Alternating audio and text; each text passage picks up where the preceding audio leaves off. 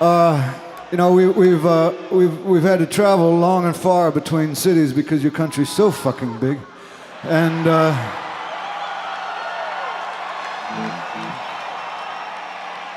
the crew in particular is had to take some incredibly long drives, and so I think we should have a discussion about your roads, your highways.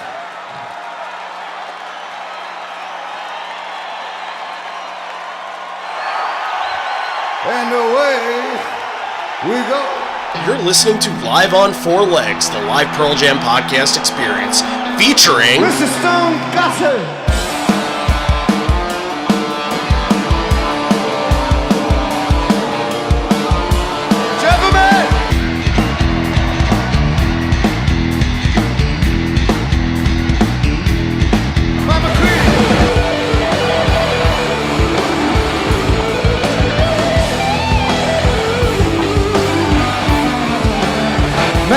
Fucking Cameron in the drum.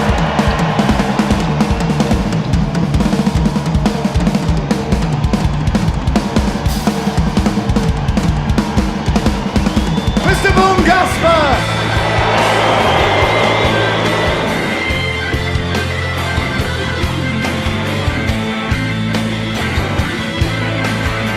You can call me Al, you can call me Ed, you just fucking call me, why don't you?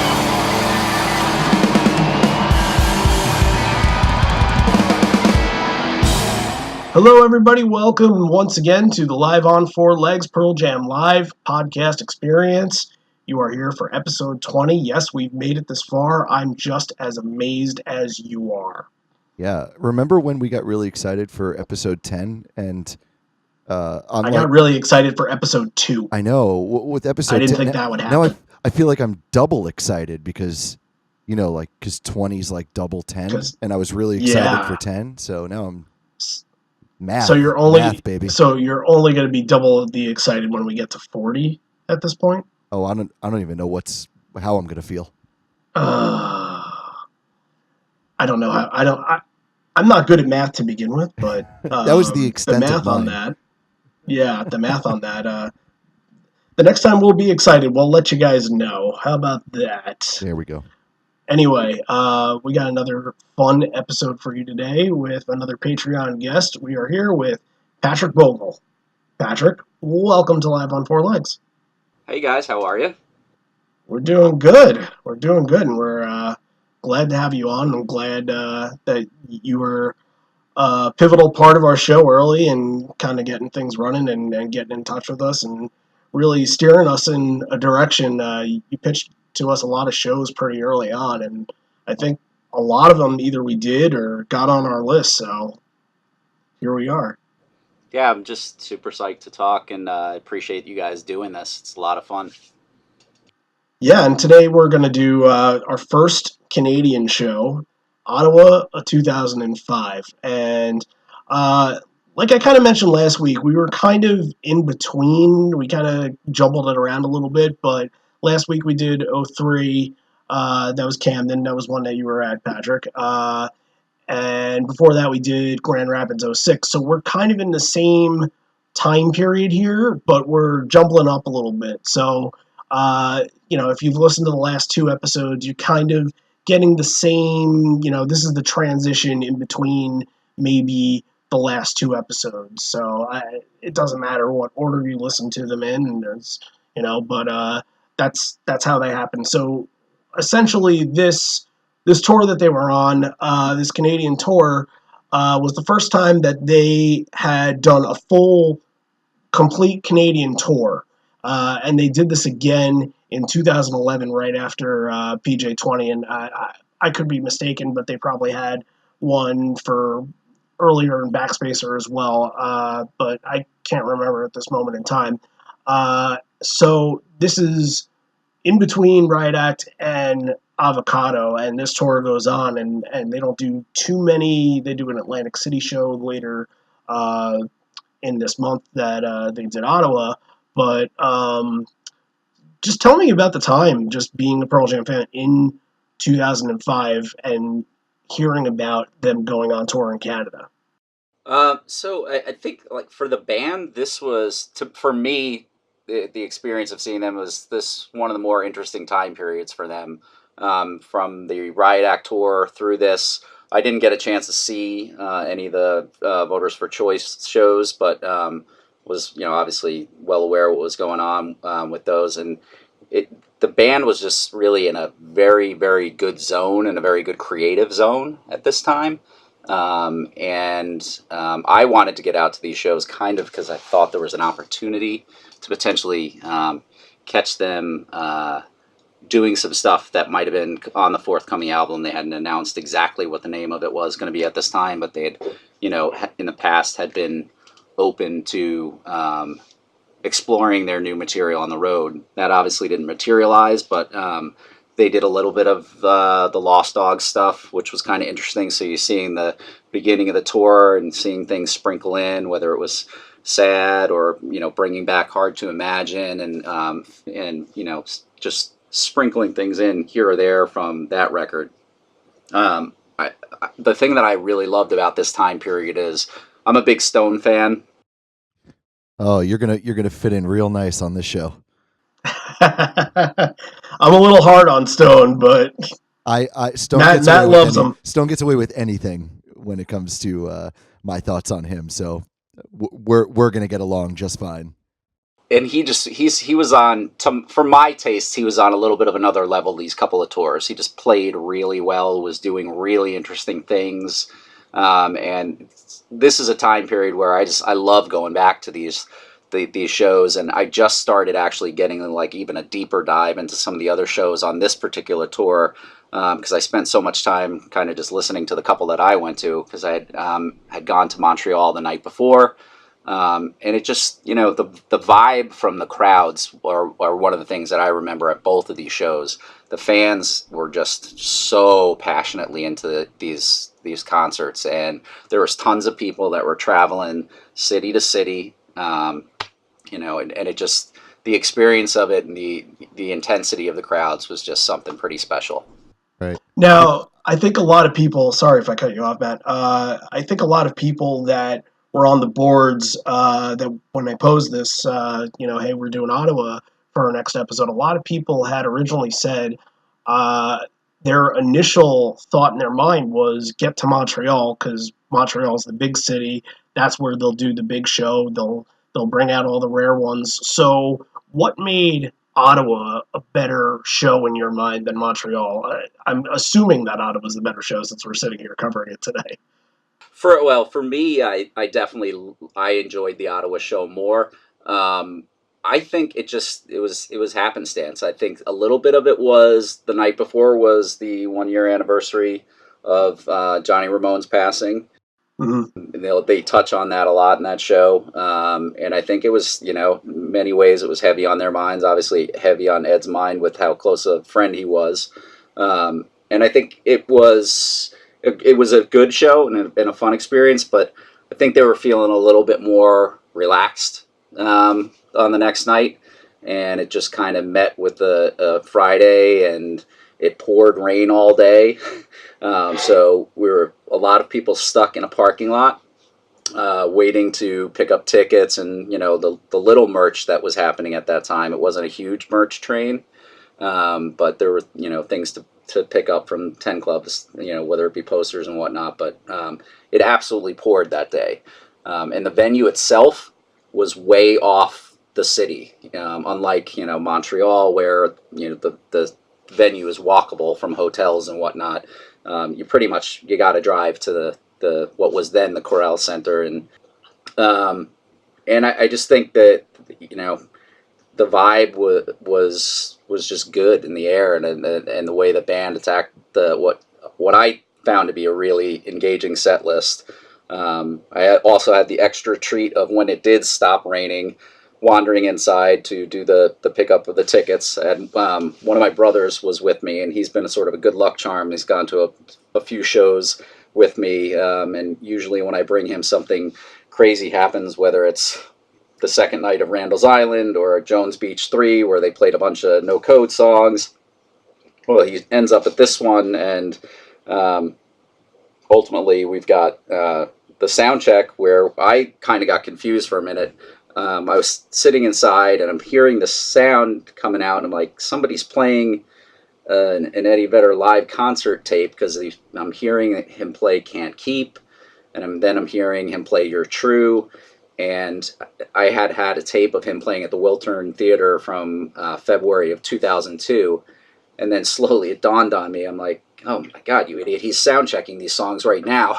And I start, moving towards where you can actually get closer to an open corridor to be able to hear what was going on. So he had sound checked a bunch of those tracks, which ultimately, obviously, Can't Keep was on Riot Act, but the tracks that ended up being on ukulele songs, 6 years later. So that was happening. I did not ultimately hear them sound check Wash and Don't Gimme No Lip. I had actually checked out before that, and I'm kind of happy I did, because it left those to be a little bit more of a surprise later on in the evening. Those, yeah, you kind of got out when the getting was good there, because if that were me and I would have heard Wash and Don't Give Me a Little Lip, I would have ran outside the stadium and would have screamed, "Guys, guess what we're getting tonight? Guess what we're getting tonight?" I would have, if that were me, that would have gone down that way. But that's, coolest of cool surprise. Like, we're gonna get to that in a little while, but to get a song, pretty fresh off of Lost Dogs that's never been played before, that's pretty rare. To put in there. So, anything else before we get started? Anything that you just sort of remember from this night, whether it being, I think you said something about making friends with a fan?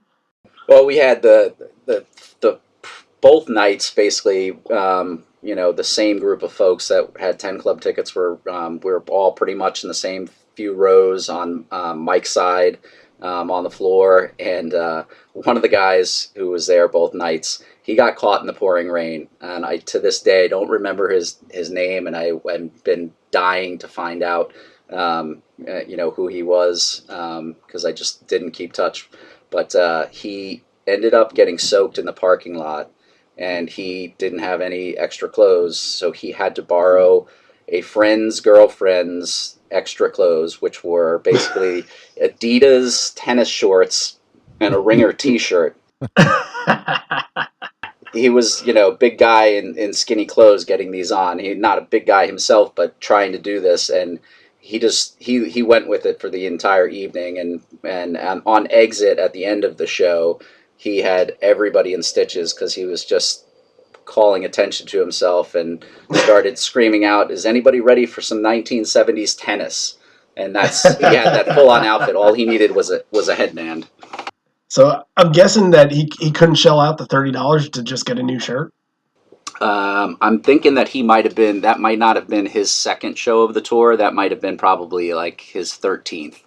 Okay. Oh, okay. So he was doing the whole tour dance there. Yeah, you don't have fresh clothes after that or any money. Totally understandable. All right. Let's bounce into the show then. I think, like you said, they did a sound check with Wash, and it was raining all day. And I think we've done a show or two before where Wash was used, if not opened with, on a rainy day. So here we go, and that's how they kind of open up on this one.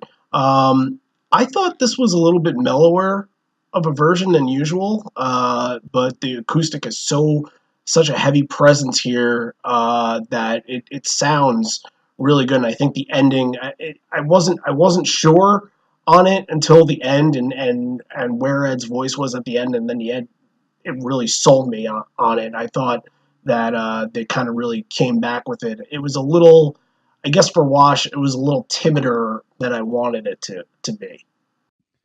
I completely agree. I thought it was a nice way to start it off. But I wrote down in my notes that I really felt the ending. The ending was super powerful and really emotional. So we're right on the same page with that. Yeah, they very much worked their way into this slow and tempoed and easy groove, and just feeling their way out. And as they crescendo towards the end is a good peak for them on that.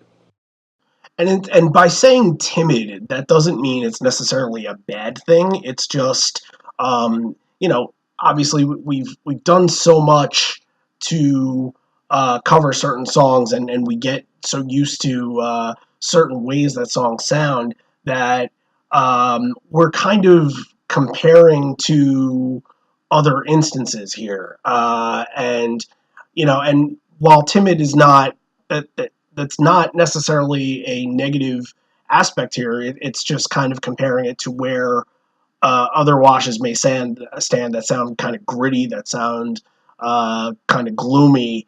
This one was timid, but at the end, I wrote here, Ed's voice sounded like they were crossing the finish line on full sprint. So it Yeah, definitely. I don't think timid is the wrong word, because they definitely held back a little bit in the beginning. It's pretty obvious, but the end is pretty explosive. So I think that's the right word to use for it. Okay.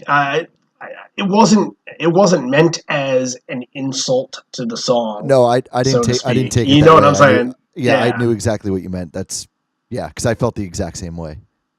Okay. More paced with it. It was much more of a I don't want to say it was they were sound checking it again, but they were much more like getting their groove into where they were Right. headed for the night and picked their pace up and their tempo and their feel and the vibe of it as it progressed along. But if you were to compare it to like versions that they were playing in 1992 and the couple of times that they played it in 1994, it's a different type of vibe going on when they were attacking it then. It was a much more electric, moody driven song, and this was trying to find a lot more space. It's a pretty really good way to put it. I mean, this definitely wasn't speed wash at all. Yeah, it changes the way this song in particular has changed from that time period. It's definitely has stood out. But something that is impossible to ever sound timid was followed up here, and it's Go. I wanna play Go because we really haven't talked about Go a lot or played Go if we've talked about it. So I want to play it, listen to it, and then we'll talk about it. We'll get into it. So here is Go.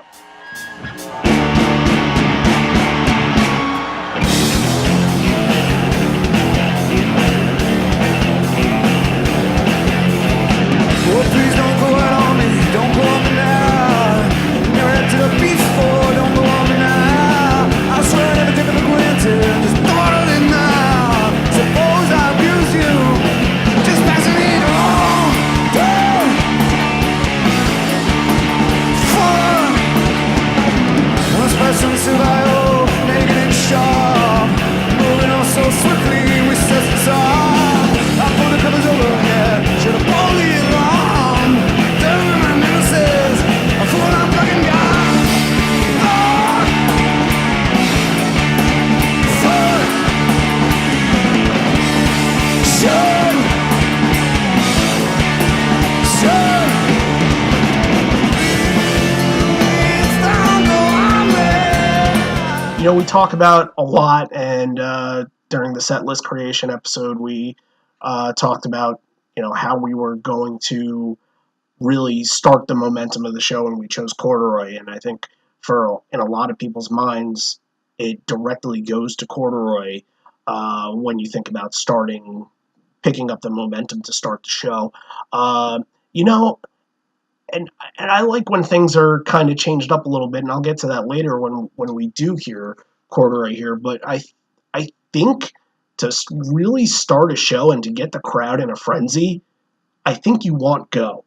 If you're going for that kind of momentum, and we'll see here the next 4 or 5 songs really mesh so well together that I think Go is the perfect thing to kick it off.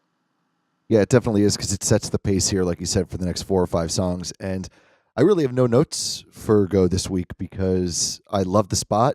I like it early. As long as Go isn't mid set, I think I'll take it anywhere for the most part. So yeah, really no notes for me. I thought it was killer. Yeah, this got the crowd revved up pretty quickly. I mean, it was like from note one, the entire floor started just exploding in terms of energy. So it was a great spot for it. I've only caught it probably one other time, being the second song of the night. but I like it here. It's just such a big lift, and you come out of that slow burn open, and it rocks. By listening to it, just by listening to it, and you can tell when certain guys have on nights and when certain guys have off nights, but you can tell right away that the energy was just coming from Jeff, just in the song. Did it feel that way? Did it feel like Jeff really, while you were hearing it live, kind of stand out to begin with here? I would tell you that a couple of nights in 2003, but for the most part, these two shows that I saw in 2005, I felt like it was one of the first times I could really hear Jeff Ament in the live mix in the arena. Because I just always felt like sometimes he would just get muffled into 2 to 3 guitars and drums, and it was often hard to pick him up on certain songs, but you could hear him audibly in the way that, as someone who's a Who fan would used to hear John Entwistle. I mean, he was just pounding the bass all night. Absolutely cuts through it with the Who. Yeah, he was almost like a second lead guitar in that band, and I agree with both of you. Actually, I thought in the next song was when Jeff was really coming through to me, and I wrote him down, citing him in another song coming up in my notes as we go along. But yeah, I agree. Jeff was mixed really well. He sounded awesome, full of energy, and was definitely driving this open. I mean, of course, they're bass heavy songs, but I think the mix makes a big difference. And I agree. He's either muffled or blended in, or maybe he's just not playing that aggressively. But on this night, he was kind of right on top right from the beginning. We've talked about really good McCready shows. We've talked about really good Stone shows. I think this might be the first one where Jeff is really gonna shine in this one, and I'm getting excited for it. Absolutely, the bass is a standout in a lot of songs on this show. I noticed. I listened to it a few times, and every single time I felt like I heard the bass better each time. And of course, I hear the bass first. It doesn't matter when I'm listening to it, because that's what I pick up on immediately, being a bass player. But this one, I was really focused in on it. And I just wanted to go back to something Patrick said earlier about how he felt this time period was really good for Stone. I thought this show in particular was really good for Stone. I'm really happy that you said that, because I picked up on that with this show in particular. Yeah, it only gets better as this one goes on for him. Absolutely. That was a good little teaser introduction that you gave, because this is definitely a Stone heavy show, and it's fantastic. We'll get into that one. We'll get into it pretty quickly as we really move along. This again, the first 5 songs after Wash here are real killers. If you want songs to hear in the first couple that are just basically, you don't want rare songs, you don't want songs you haven't heard in a while, you just want to hear Pearl Jam, and you want the best of their catalog, I think that you can't really get much better than these 5. So coming off of Go was Hail Hail, and we talked about it a billion times. We love Hail Hail in this spot here, where it's the pacer. It is blending in with from hard song to hard song, and I really thought that this energy early was just it was really starting to resonate. And you go from song to song here, and it's going to go into Animal, and I think those were 2 really perfect blenders for this little package of songs. Yeah, agree. This is Hail Hail spot. This is the spot I want to see it in every single time. I don't think it has a better spot. This is where I thought Jeff was actually really coming through a lot. He's got a great bass part, but the one problem that I have with Hail Hail, and I think especially on this one, because ironically, because it's mixed so well, and guys, you got to listen to this bootleg, because the bootleg is amazing. So if you get the chance, listen to this one. It's very good. It's mixed very well. But what becomes very obvious is that this is a Jack Iron song to a T. And I feel like Matt Cameron is always maybe a little bit behind tempo or a little late with it, and it doesn't click like how it does with Jack. When Jack played the song, it was one of the best performances you'd ever see. And I feel like Matt isn't quite getting the part. And it almost sounds like it throws Jeff's bass playing off a little bit because it's really, he plays along to the drums in the song. And if you don't have that great beat going that Jack Irons did, it makes it lag a little bit. But that's really all I have for it. It's not even a huge complaint because it does sound good. It's just very much a Jack Irons song. And I think a lot of people know what we're talking about when we say that because we have mentioned that before. And the guys over at Single Podcast Theory, they've mentioned that before too. So I don't think I'm alone in thinking that. What do you guys think? Absolutely agree. I mean, I loved hearing it. I love still hearing it all of the times that I've had the opportunity because I'm a huge No Code fan. But part of the reason I'm a huge No Code fan is I really do love Jack Irons, and he has just a groove on some of those songs, particularly on Hail Hail, that's hard to. It's been hard for Matt to replicate, and that's ridiculous for me to say because I'm just a fan, and Matt Cameron is an incredible drummer. Absolutely. Not taking away from it all, but you know, there's just a difference between the styles, and I've always preferred the way that Jack attacks it. Yeah. I 100% agree with that.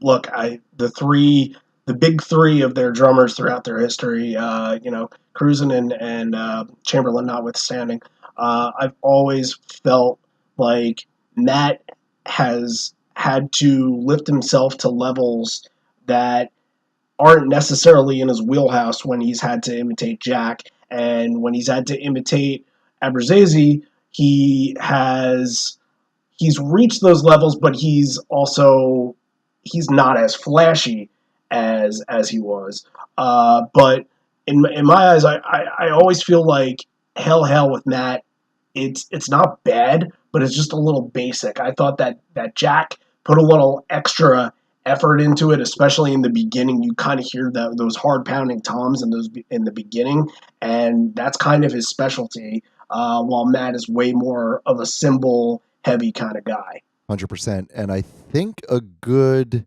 example of this is, was it Letterman that they did Hail Hail on? Yeah.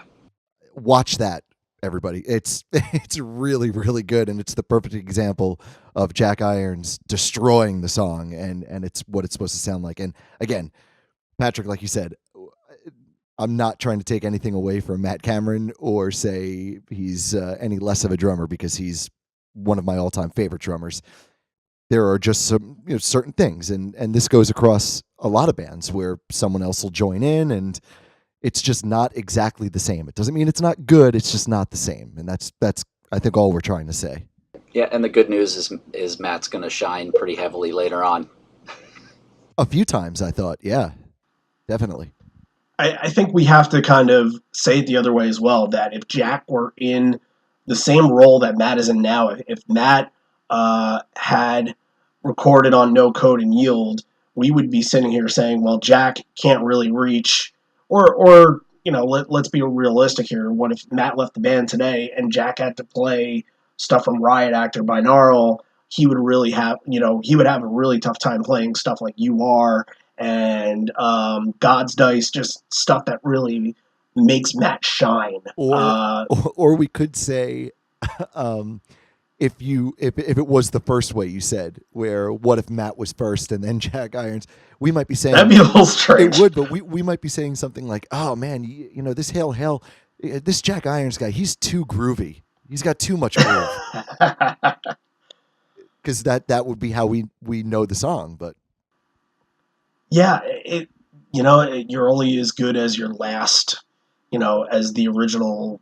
Yeah, you have Matt kind of had a plateau he had to reach, and a lot of people, it's not that they don't like Matt. Again, it's that it's just different styles that you're used to, listening to on the album for years and years and years, and then you go live and you can kind of see these differences, and that's sort of where I like that you can still appreciate Jack even if his presence isn't there with something like this, and same with Dave.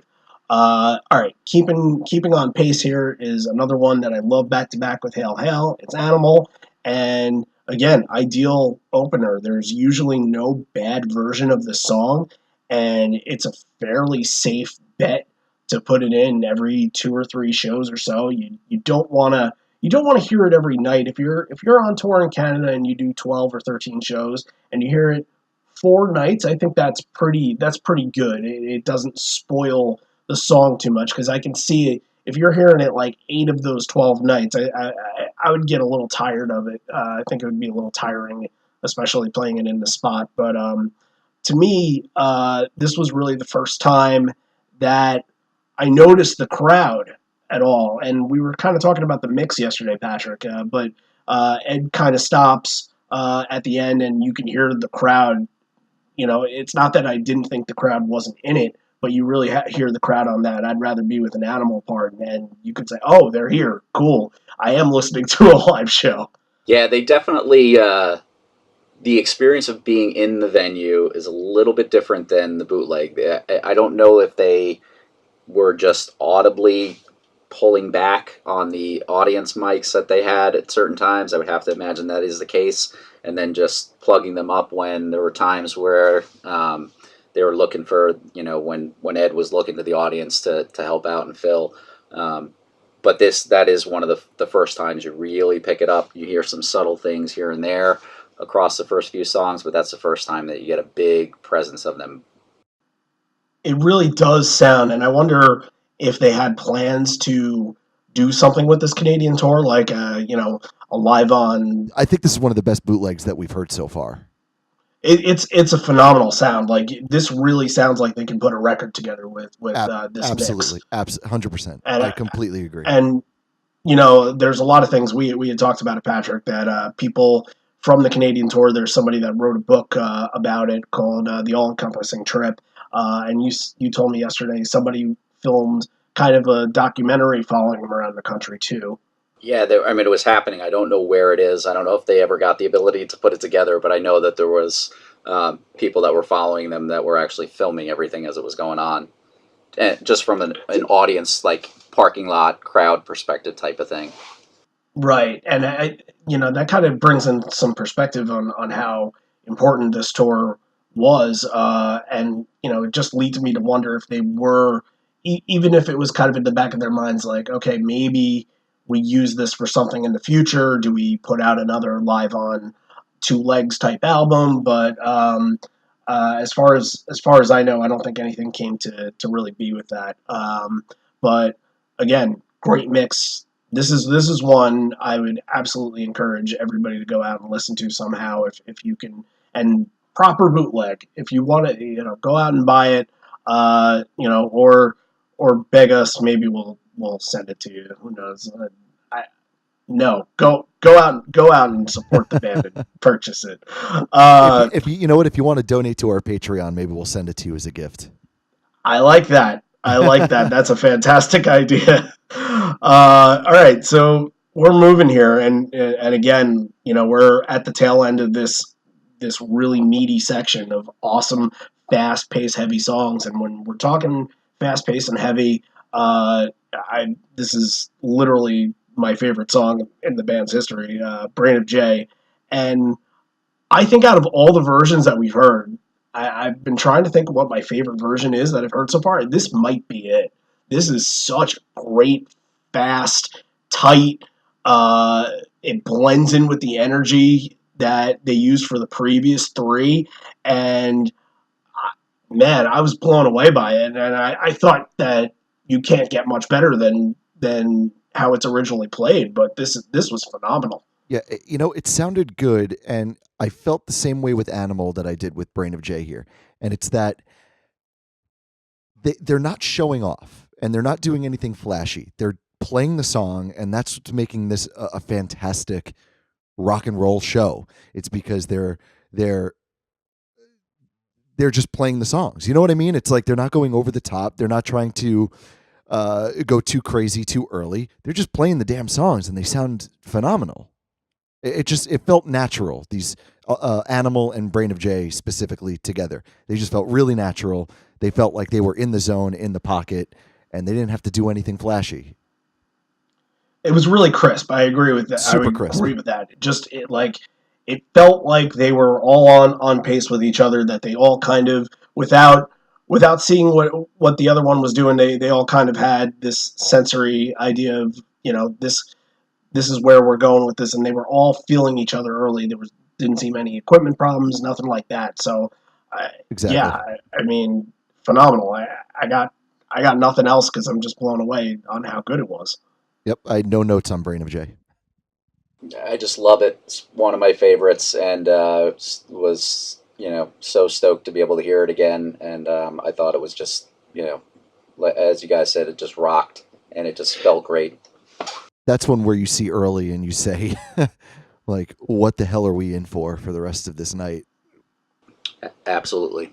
I got a good story to tell you guys about the first time I ever saw Brain of J, and it's me crying for the next 10 minutes, so I won't tell it because I've never seen it before. Because he's never seen it before. Get it? Okay, this right here ends this little section that we've been talking about for the last couple of minutes, and it's corduroy, and I actually, it kind of puts a bow on everything because I had mentioned our set list creation episode where we kind of kicked off this section with corduroy. It's not that much different besides Mind Your Manners and Severed Hand, which don't exist at this point, but I like corduroy ending the momentum here instead of beginning the momentum. I think it was a really thrifty way to use the song, and kind of it allowed it to go forward and change. They can do whatever they wanted to with the next song. They can go in a faster direction. They can kind of go in a more mellow direction. We'll talk about that in a second. But really, man, it capped off such a great section that it allowed the band kind of a bigger canvas to do more with. I agree 50%.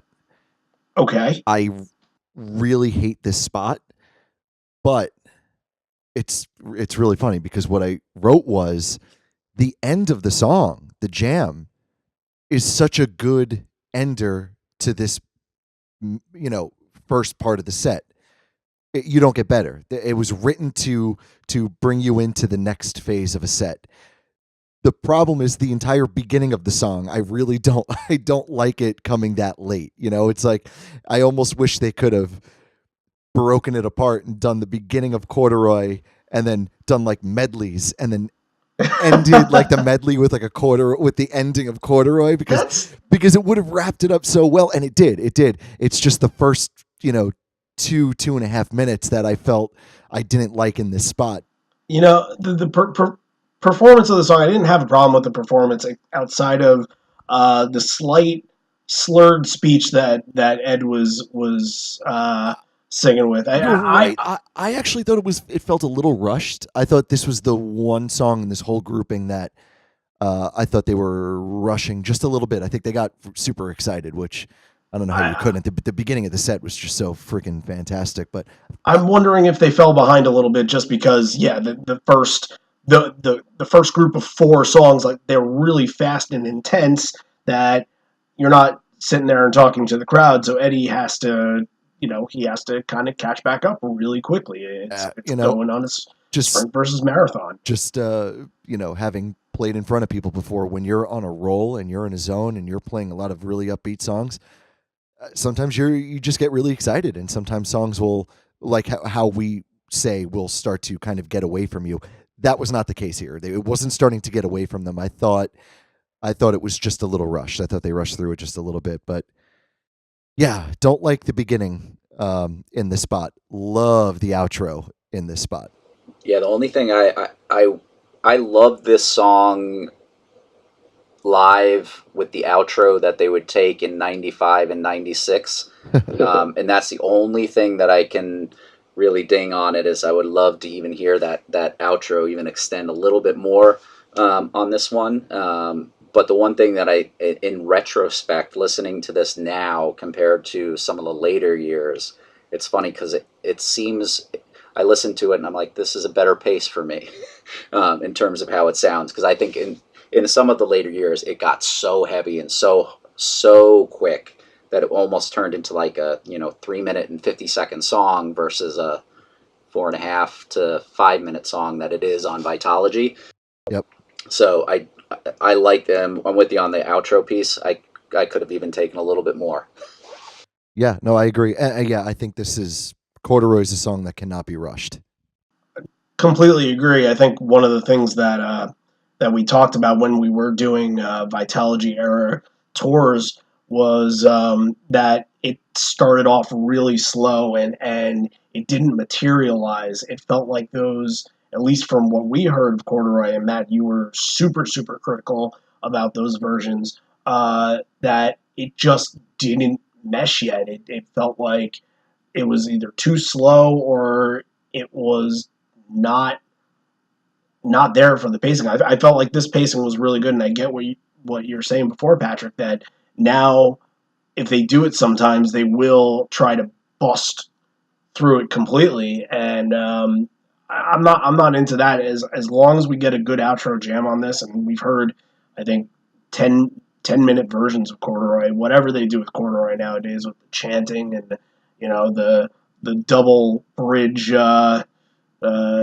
time singing the bridge, it's become so different. But just a lot of changes within the song throughout the years. So that kind of right there, I think it's a little nitpicky to mention that he was slurring his speech and not pronunciating like we would want him to, but it's sort of the things that you hear if you're listening to a full bootleg a week and you got to cover it. So that's what we're putting down here.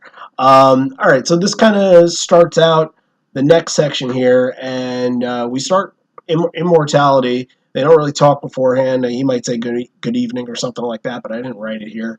And we're going to play Immortality, and then we're going to kind of talk about its placement a little bit, because while the performance is great, and it usually is great, I do have a little bit of issue with it being in this spot. So let's listen to it, then we'll talk about it.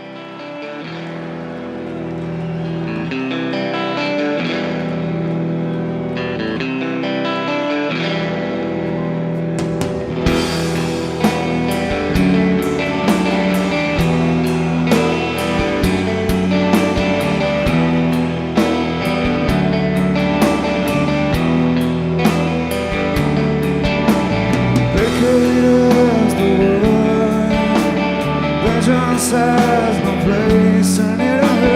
Can I find the comfort in this world? Artificial steel, vessel in time. All is all, just don't can't hear. The children finds home. They wish to hold on to. There's a trapdoor in the song.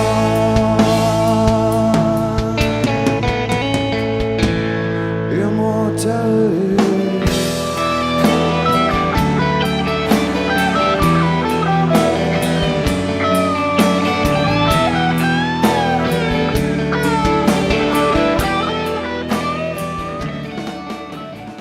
So, to come from Corduroy into Immortality, to me, it's not my favorite. I think and maybe it could be the matter of being used to Immortality in a certain spot where it's in between Even Flow and the end of the first set, or maybe right after Even Flow, but that's really where I love the song. And I think where you get the most out of the song, where it can kind of feel like a cool down without having to be a cool down. Here, I don't know if the intention is for it to be a cool down, but I don't know if they were ready for a cool down yet. I think the next song, being In Hiding, I think would have followed up Corduroy just as well, and would have kind of continued on the momentum. I didn't think Immortality into In Hiding did him any favors, so to say. Yeah, I agree completely. Okay, it's such a pace change, and the outro of Corduroy into the intro of Immortality, it doesn't feel good. It feels out of place and it feels really awkward. But that's all I'm going to say, because Immortality is a song that I'm happy to have. And yeah, I don't like it here at all, but it sounded fantastic. And I want it. When I go see him, I want to see the song. So I can't be too critical of it. Yeah, but I'm with you. Everything that you said, I agree with. But again, happy to have it. Yeah, I might have preferred they go right into In Hiding here. I enjoyed this version of Immortality, despite Ed's forgetting his lyrics for a moment there. But the music is great. But the one thing I've always felt about this song is it is so good, and they do such a big build up to it, that it always has felt to me like, why don't they use this to close a set or close an encore one, and really use that heavy build and break to do just a little bit more of a lift at a different time in the set. This is a lot of times, typically for this time period, you would find it is like sixth, seventh, or eighth. I mean, that's just where it was. I think maybe one time I caught them, and maybe it was Jones Beach, where it ended the main set, and it was great. And that I think it's an underused great asset for their set building. I think they use it in a strange way.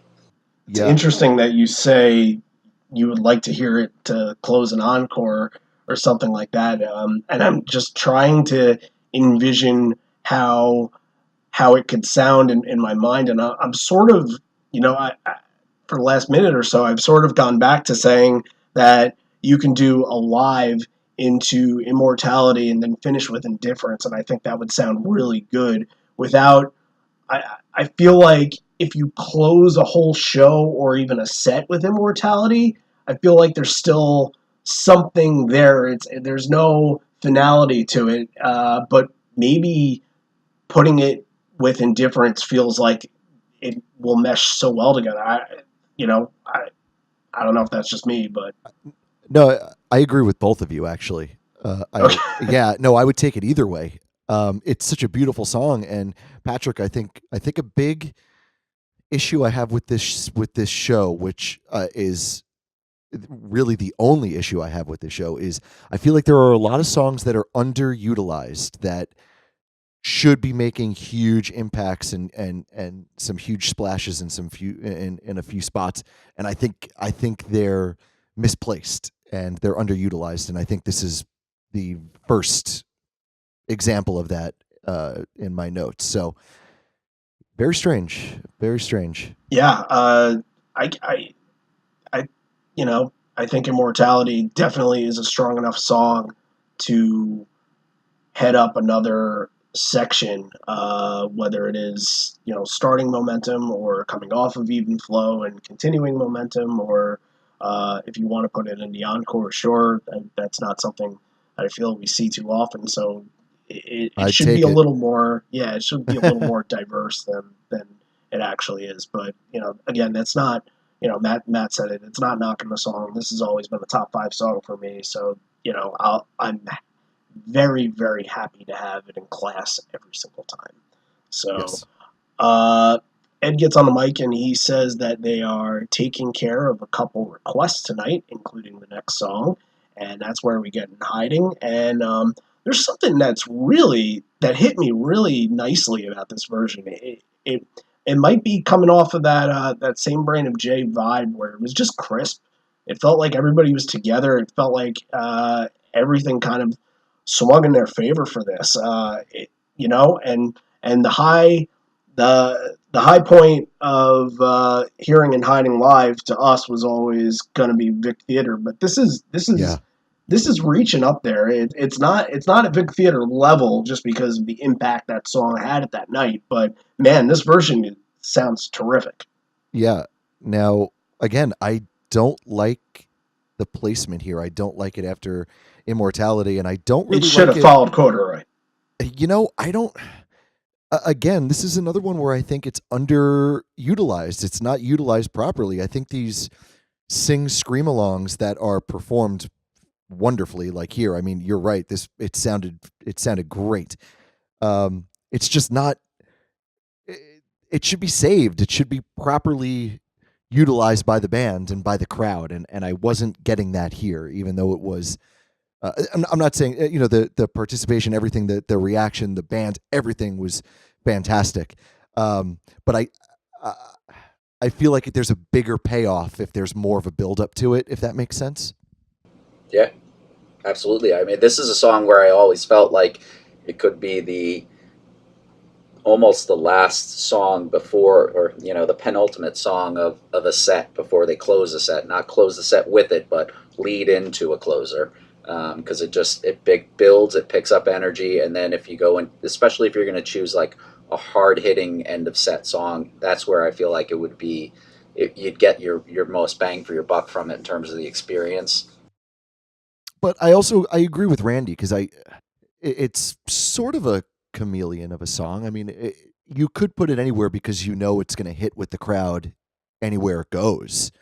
But I think what's killing it for me is that it was after Immortality, and I thought Immortality was poorly placed. And me, I'm big on not just a single song placement. I go a lot with what's before and after it too, and I got to see if it's thrown out of whack or out of place because of that. And yeah, I think Immortality was kind of like a stick in the spokes a little bit here, but it sounded great, so I'm just going to stop complaining about it. Now that you mentioned something, I'm looking at the next handful of songs here, and I'm kind of saying, is this really the best utilization of what they could have done? Well, I might have to step in and say no, and I might have to say that listening to this, it might be a lot, or it might be some of the worst placement of songs that we have seen, while also being played the best we've heard so far. It's really they're strange. Flawless. Yeah, they're all flawless. They're pretty flawless, but the placement is kind of janky. So here we are, and we're about to get into a Live on Four Legs debut, but not just a Live on Four Legs debut. This is a full band debut. This is the first time that they're ever going to play this song out of the 13 times that they played it. Stone gets on the mic because Stone has to get on the mic, and he says, "You guys been asking for it." He's so happy too. He seems, you can tell he has like a glow to him. Patrick, I'm so glad you brought all this up with Stone, because Stone, he's so happy, and I loved listening to this part. Yeah, it was great. I mean, this is also when he was bearded Stone as well, so it was great. He had the scruff going on. I was wondering if he was able to ever grow facial hair. I thought he just gave it all to Jeff. Thought he kind of looked like me, right? You have to try to grow a beard for about 6 to 8 years before it gets nice and full. He probably woke up one morning and said, "Hey guys, I haven't shaved since recording 10." Yeah, that's me in a nutshell. So Stone says he's waiting so long to speak to you guys, and says they're going to play a song called "Don't Gimme No Lip," which they haven't played since they've been in the studio. I believe this was, if I'm not mistaken, this was a binaural outtake. No code. It was a no code outtake. Okay. So everything that Stone has to sing has to be on no code. Gotcha. Okay. He's regulated to that.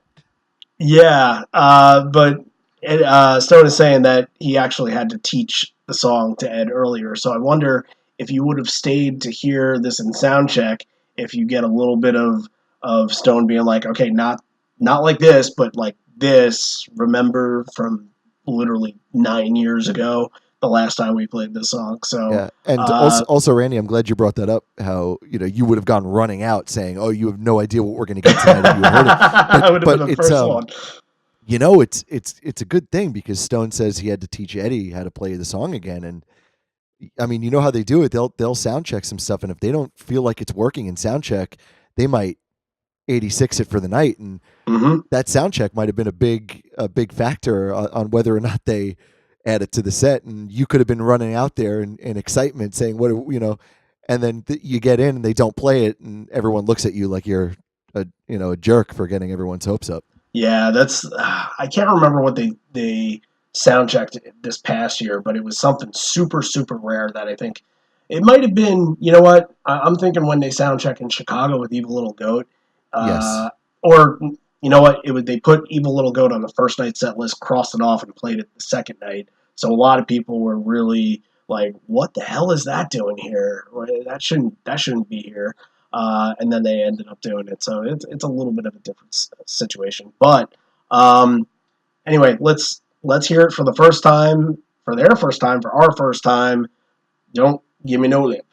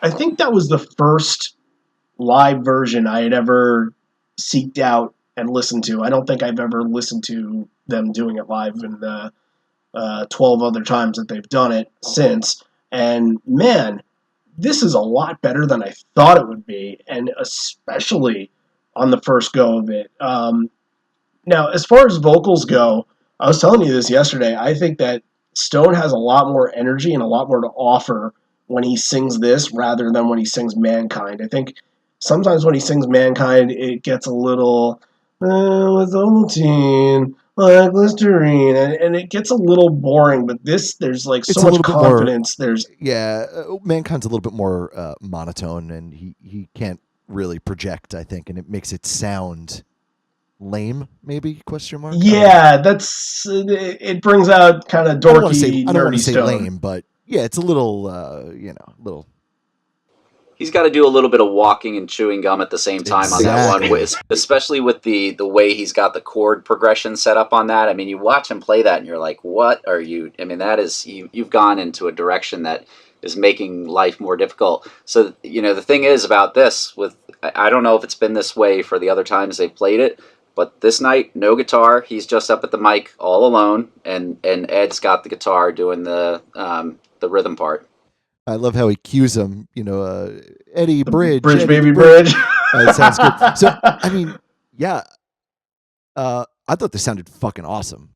I loved it, and you couldn't tell that it was their first time playing it, and You couldn't tell that Eddie had just learned it. At least I couldn't on the times I listened. Maybe he wasn't perfect, but I thought it was awesome.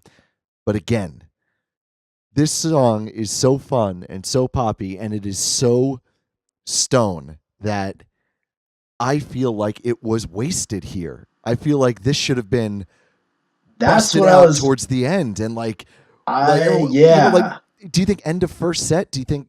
I think it should have stayed in the first set. I just think this was a little too early, and I think the rest of the set was played so well, and they're so freaking tight that a surprise like this towards the end would have been so much fun.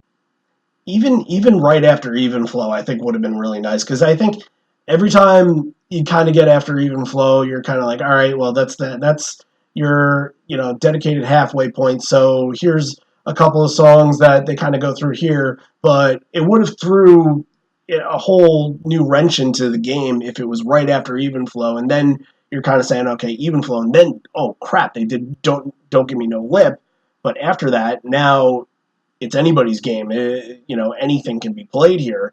You know why it would have worked after Even Flow really well too is because Even Flow gets crazy and it's this event of a song on stage, and then if you could stop after Even Flow where the crowd is just on this crazy high, and you could have Stone come up and make some jokes and talk to the crowd, it's a perfect icebreaker. I agree with that. Yeah, no, because this was really the first time they really talked at all.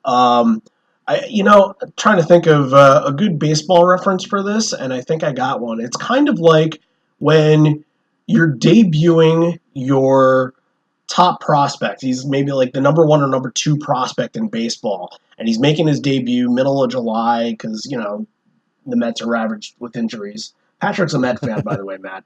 Oh, killer. Yes. Well, I mean, it all depends on your point of view, but yes. Let's just say you didn't choose it; it chose you. Yes, correct.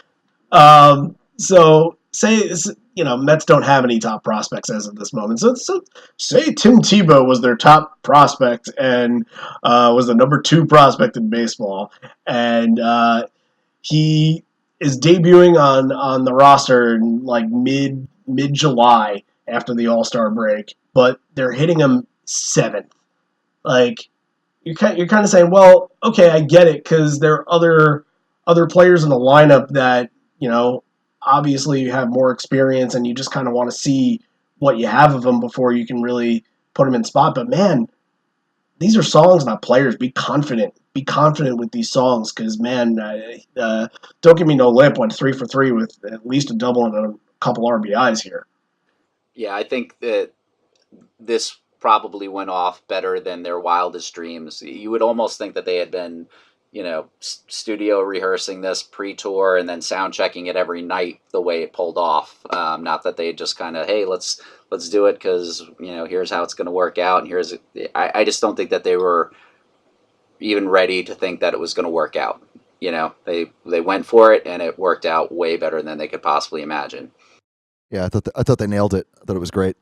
I'm very surprised that, from that point, they didn't say, okay, well, maybe we can add it in as much as we add in down or add in sad or something like that. It's only been played 13 times. We haven't seen it since Wrigley 2016. So a lot of people are probably still on the hunt for it. And maybe it's just kind of the specialty that Stone is singing, and you want that to be a special moment every night, and you don't want to bring it in every single night. That's what I'm trying to say, and that's where you kind of have Mankind to sort of split the difference with that. If Stone's going to sing, it's usually going to be Mankind. So, but yeah, I think it's time to bring it back a little more often and kind of let Mankind sit out for a couple games. I love the Kinks, and this has such a Kinks vibe to it. And it really does, yeah. And the thing that I think most about when I hear this song was, boy, and I like Mankind, and I'm a big fan of No Code, but I wish this stayed, and maybe Mankind got replaced by it, because it's just got such a more intense, fun vibe to it. I agree. Yeah, imagine Don't Give Me No Lip in between In My Tree and Smile. I think that would have really meshed well. Would that have worked for everybody else? I could take it anywhere on No Code. I I'm in. So from rarest track at the time, essentially rarest track, you can't get much more rare than Never Been Played Before, to the least rare track in their catalog. You're going into Even Flow, and I although it's not built the way that I would have built it, Don't Gimme No Lip definitely drove so much momentum that with the excitement the first time it was ever played, that I feel like Even Flow did something pretty rare, and it was able to kind of blend in momentum and follow a momentum instead of change momentum. And I think that, you know, I think people were probably at the time saying, if Even Flow's on, then, I'm going to take a break, or I'm going to go get another beer or something like that. I feel like that this probably persuaded them to stay and enjoy the show a little more. I don't know if I'm on the same page with everybody here. I mean, it sounded fantastic. But momentum-wise, did you think that? I would say, just visually being there, the band was visually jacked up after Don't Gimme No Lip. And this is one of the few times I think I've seen Even Flow at basically every show that I've gone to, except for the one bridge school show that I've been to. And I love it. And I'm there all in to see, just because you never know what Mike is going to pull out of his hat. But this was one of the better ones that I've caught. And it wasn't just Mike. The whole band sort of elevated themselves midway through the jam. And this is one of the ones where there's a point in time where Jeff and Matt take this to a whole nother level. And it was a fun listen. Yeah, they do. The rhythm section goes off on this one. And I noticed my second time listening through, I was listening with headphones, and you could hear it throughout basically the whole show. But on this one, Stone is loud. Stone's mix is really cutting through. He'll be in your right earbud if you guys listen through headphones, so you'll be able to pick him out right away. He's got a great mix on this show. Yeah, the song sounded fantastic, and I think, you sort of get into that wheelhouse after a while. It's just kind of like, when you're listening to it too, okay, it's Even Flow, and it's hard to spot the differences, but you can tell that the energy, like Patrick was saying, that the energy was brought into Even Flow from Don't Give Me No Lip, because I think the band probably surprised itself that they were able to pull it off, especially, just learning it again in sound check, that, okay, now we're going to go into something really familiar, and now we can go back into less having to worry about something and more back into kicking ass. And I thought it just worked and flowed so well with everything else that they were doing. Randy, actually, to answer your question before, I am kind of thinking about it a little differently now. So I think I can answer it better, or I wasn't really able to answer it at all before. But after Don't Give Me No Lip into Even Flow, yeah, I think you're right. It was like this super surprise of a song, and Stone sings, and it's a lot of fun. They kind of joke around beforehand, and then they go right into Even Flow. So it's like, whoa, that was super rare. I can't believe it. And then Even Flow, and it's like, oh, cool. All right, this is cool. Right. If it was Given a Fly into Even Flow, if it was Elderly Woman into Even Flow, you would have been like, this is par for the course. I've seen it before. It doesn't matter how good Even Flow is in this situation. It's the situation in itself. It feels generic. Ed says it's starting to feel like a Friday night, and this is the first time they've ever played nothing but Canadian dates in a row. And Ed says he loves being up there. It's beautiful, civilized. They should be proud that their ideals should be intact. But time for criticism. They've had to travel long and far in between cities. The country is so fucking big. Let's discuss your roads and highways. As if they put together from Seattle to Toronto in 10-foot sections. In the middle, there must be a space between, because every 10 feet is cook. Says if you're in a van or on a bus, it feels like you're on a train. But there is company from America called Halliburton that can help you out.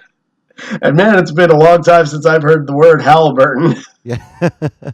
And he says, "Oh wait, they're down in New Orleans," and starts trashing Bush. And says the next song is about Halliburton and greed. But yeah, been a long time since I thought about Halliburton. But that's pretty much all Canada. The only road, they have one road through Canada, but it like you were saying to me yesterday, Patrick, that it gets really cold up there. So, what was it that you were saying exactly? I believe it has to be an engineering thing because it is an absolutely true statement. The road is built in like 15 or 20-foot sections, and there's a gap between each section, and you drive that from Montreal to Ottawa, and the entire time it's gagunk, gagunk, gagunk. It's like you're on a train. It just, yeah, Maybe it's like a traction thing or something. Yeah, I don't know. We're gonna have to get one of the Canadian fans to chime in on this one because I don't know the Canadian roadways. Yeah. I drove through Toronto recently, like about a year ago, and then I don't think I had any issue where I was concucking all that time, or Halliburton didn't show up either, which was quite the nice surprise. But it does kind of say. I said yesterday, like I was making the South Park reference. There's only one road in Canada. Follow the only road. So, yeah, that sounds like a whole lot of fun to do a tour that way. Not that I wouldn't go to a Canadian show, but I would definitely stick to the roadways in America, if that's the case. So, like we were saying, Halliburton and Greed, and this next song was pretty much written for places like Halliburton and for Greed, because they spell out the damn word in the song. So, green disease, and it's funny because Lost Dogs notwithstanding, the last album, full studio album that they had produced at this time was Riot Act, and this is the only song off Riot Act on this whole entire show. So that's kind of interesting that they would do that, because even later years of Backspacer, they would still play Unthought Known, Got Some, Fixer, and all those songs kind of spliced in here and there. But to get Green Disease and not like an I Am Mine or a Save You or any of that stuff, I think that's kind of interesting. But this is the third week in a row that we're discussing it. And again, something isn't exactly perfect. It sounds tight, but the verses sound really palm muted, and I don't know if it takes away the grittiness of the song, but it feels like a weird transition from chorus to verse. But the chorus sounds so dead fucking odd that this is definitely my favorite of the three versions that we've heard the last 3 weeks. Yeah, this is the closest we've gotten. It is very, very close to exactly how I want the song to sound live. It's not perfect, but the choruses are dead on, and it's because in this version, the verses and the pre-choruses really build up the tension that you want to that kind of. It's got like a almost like a Who, Beatles, Beach Boysy kind of chorus. It's really super catchy and it's poppy, but it needs a really good tension builder in the verses and the pre-chorus, and I think this version has that, and the other ones that we covered the last 2 weeks didn't quite hit the mark the way that this one did. Yeah, I agree. I mean, as a song overall, I enjoyed this much more in the studio version, and I've caught it a few times live. This is probably one of the better times that I've caught it live. And then to your point, Randy, overall, this was like this was a low Riot Act tour. Not even just this night. They really did not bring much of Riot Act back. I mean, it was a couple of times playing this, a couple of times Love Boat Captain, I Am Mine here and there, but that was mostly it for this, for the Canadian tour. They didn't really go into any of the other deeper tracks at all. Which is interesting, because you would think maybe at this time they weren't doing Bush Leaguer as much because uh, I think they were probably really sick of talking about him, and probably after the whole Vote for Change stuff, they uh, decided, screw it, we're just going to ignore him and move on and hope things get better. But I would have expected that they would have moved on with Bush Leaguer and played it more until he was out of office, but they didn't seem to. They just seemed to ignore it at this time. And as for the other songs on the album, man, there's so many weird deep tracks, and I'm not surprised that for a tour like this, they just didn't go back to stuff like Help Help and Get Right, and ones on Crop Duster and Ghost and songs on that level. It wouldn't have worked if every show was kind of like this show. Those songs in particular wouldn't work, to me. But again, Save You, Love Boat Captain, You Are, I Am Mine, Thumbing My Way, and Instances would have probably all have been in the set, and happy to hear them here. So moving on to Binaural, I believe there was one other Binaural song played tonight, but I will have to check up on that. The backup vocals on this, Dude, it's insignificance. dude, Unbelievable, the right? backup vocals are kicking ass. I wrote, sounds great. Backup vox are kicking ass. I think is it Stone? I think it's Stone, right? Is it Stone or is it Matt? I thought it was Matt. My initial thought was it was Stone. See, Stone's a little more, he's got like a nasal to him, and Right. Matt's a little bit more smooth. This was really smooth, but This was really smooth. You're right. I couldn't tell. My recollection was this was the first tour that he really started picking up a lot of background vocals. So I have to, my assumption is it was Matt, because he had only picked up a little bit of the stuff that he, songs that he wrote in binaural and was here and there, but this is the tour that he, began gradually taking over, basically, the lead backup vocals on a lot of songs. And that makes sense because really Avocado was him backing up pretty much the whole way. But whoever it was, I'm not surprised if on a second listen I listen to it and I say, okay, that's obviously Matt. But I feel like it was so unexpected to hear that melody like chime in there that there was a little tingle of just sheer joy.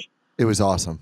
Yeah, it sounded so good. You know what? Since we're kind of, I'm going to call a little bit of an audible here. Since we're talking about it, we can't just say we love something so much and not play it. So just give a little sample of that like in that first verse where he kind of comes in and it really blends in together so nicely. Just play that part and then we'll get back to what we're going on here. Definitely. All in all, it's no one's fault. Excuses turn to carbon walls. Blame it all on chemical intercourse. The swallowed seeds of arrogance, breeding in the thoughts of 10,000 fools who fight irrelevance.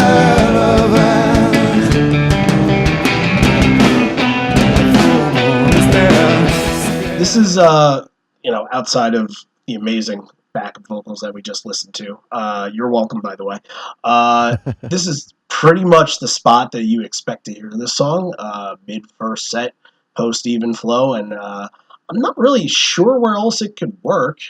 If the stars aligned, I guess you could throw it in for an encore if used correctly, but it'd have to be in a special scenario, and this was, the backup vocals, again, made this version amazing, but I can't.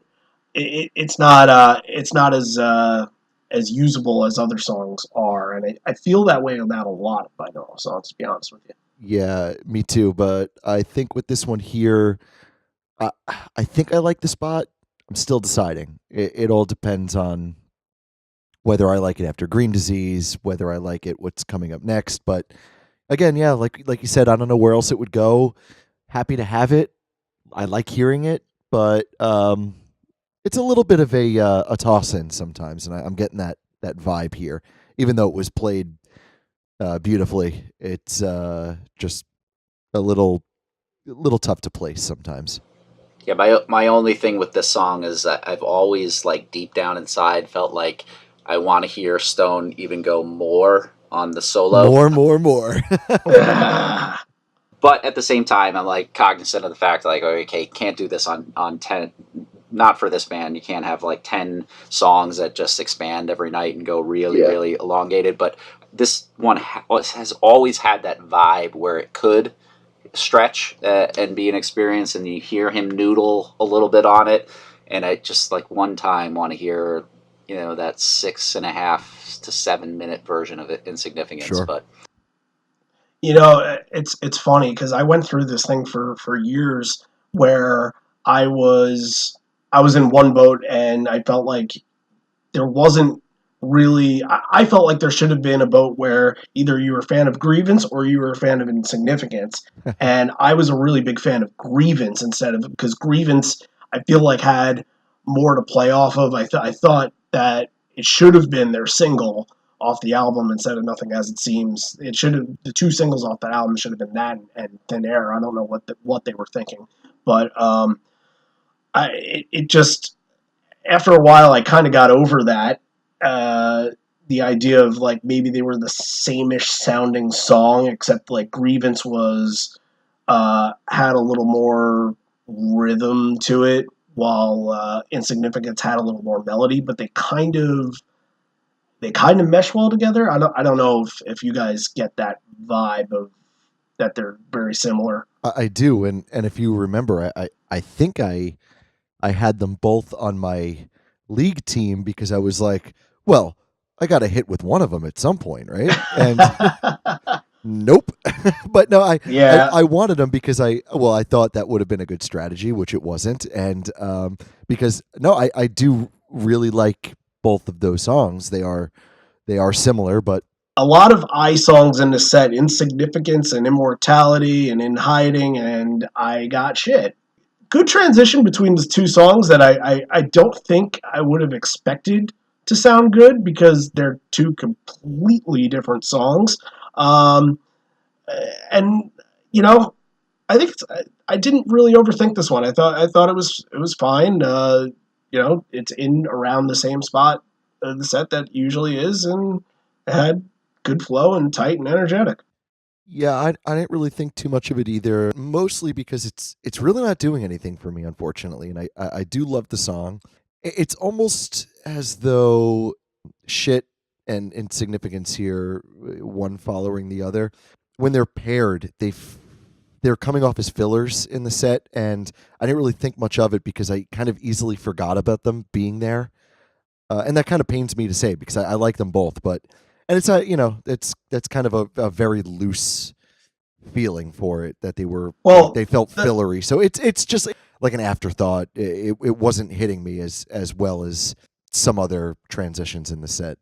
Considering the next 4 songs that finish this set are all either major hits or popular amongst Pearl Jam songs that are that could have been hits. Yeah. Yeah, you're right. They do kind of get lost in the shuffle a little bit, and that's kind of why I said it was a good transition because I wouldn't have expected it at all.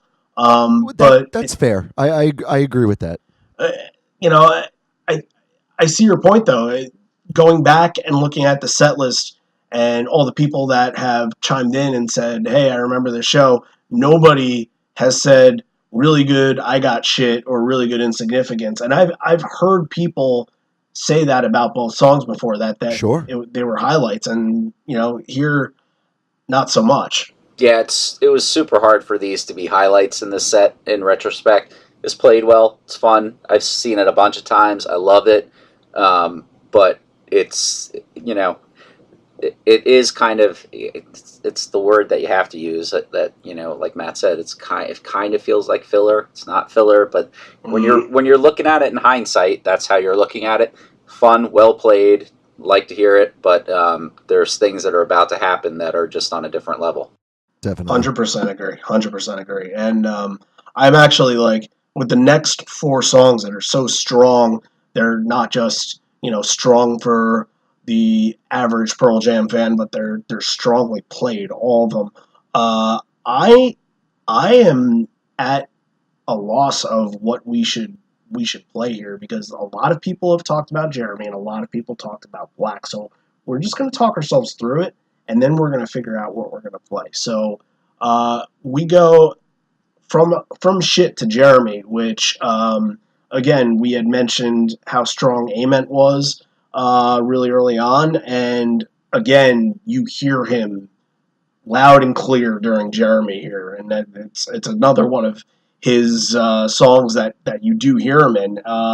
But man, this one has really grown on me as a live song, and even if Eddie loses his tracking a little bit, loses his footing, the crowd picks him back up to the level he needs to be, and he thanks him in the middle of it. It's a really good version, even if he does screw it up a little bit. Yeah, Jeff was the driving force of this song, like he normally is, but this one especially, because it definitely speeds up at the end. And I feel like it's Jeff that speeds it up. 100%. I think he's really pushing them, and but you could tell they're feeling it. It's not like they're speeding it up because they messed up or they're trying to get through it. It's because they're feeling this one, and it's short and it's sweet, and it was great. I loved it. He was feeding off the energy of the crowd big time, and then everything just, the pace and the feel just starts to erupt. And I was saying, yesterday to Randy, is like, this is one of those weird experiences. Like, it's an awesome, iconic song. I could give or take if I ever hear it at a Pearl Jam show, because I've heard it a bunch of times. But when you're in that crowd and you start hearing 15,500, 16,000 people all singing the chorus at the top of their lungs, and you're just looking around going, what is happening? And that's what started to build and swell in this song, was just everybody picked up and filled in when Ed was like, you know it better than I do. Yeah, couldn't agree more. It shocks me sometimes that I've basically sat with Steve at numerous shows where they played Jeremy, and he sat there like a whiny little child that got broccoli in his macaroni and cheese or something like that. In his defense, he is an OG hater of the song. He did not like this song when it very first came out. So I could give him the pass on that. He's not trying to be this hipster doofus, oh, I hate Jeremy. It rubbed off on me though. Sure. It rubbed off because his hatred for it. Absolutely, me too. And I think it's changed in both of us, because now we're hearing some really amazing versions of it. Hey, in everybody's defense, there was a point in time where the band didn't like it. Sure. And they changed it. That makes a lot of sense, because you hear even in the late 90s shows, I think we did one, the MSG show a couple weeks ago, and that was just a hard Jeremy, where it did not sound good at all, and that was probably around the time. Right. So, all right, that was good, but I think we have a little more to talk about with Black. What do you think? Yeah. There's always something to talk about with Black. Okay. Let's talk about it then. The part I want to play, I'll want to play the tag, the outro of it, because that's the part that everybody kind of takes away from this song and the performance of the song, right, and really the show in general. Now, it's funny. Ed actually followed up. He said, "Let's see if I know this one," which is just, it's funny. They're basically back to back on the album, so they are back to back on the album, just not in the same way they are in the set.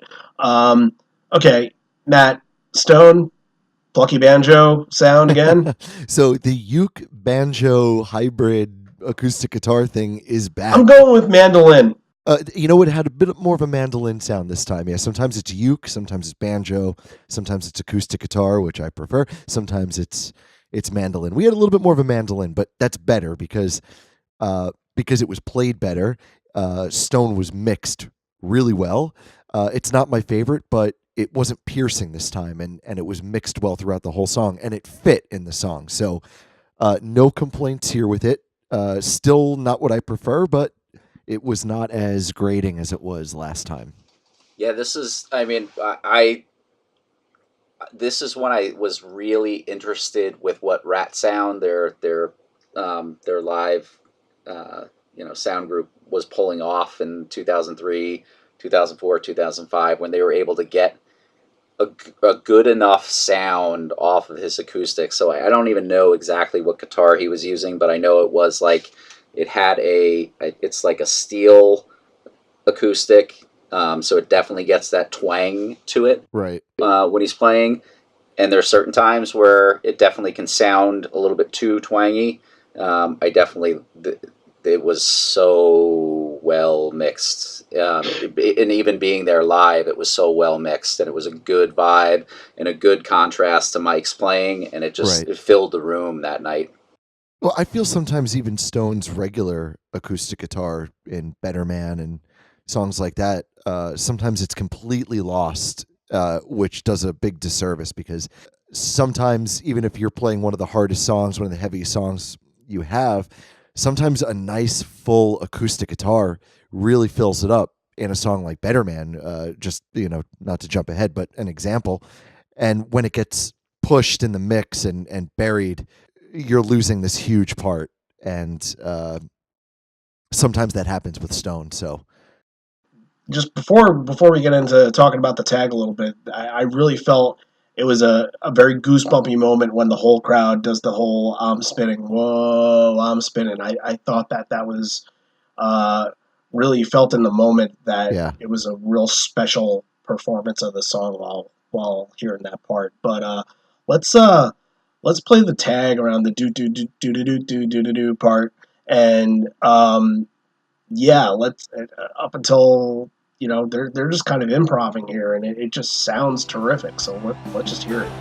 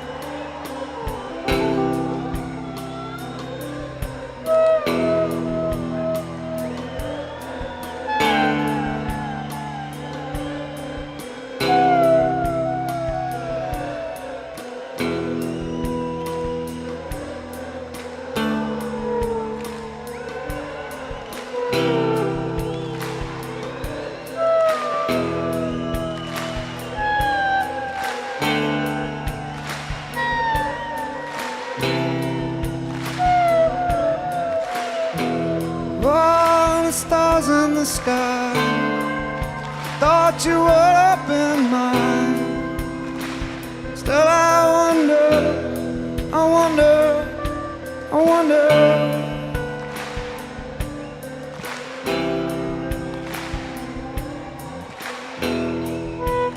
You're so long gone, we've all come alone, but still I wonder. Still I wonder.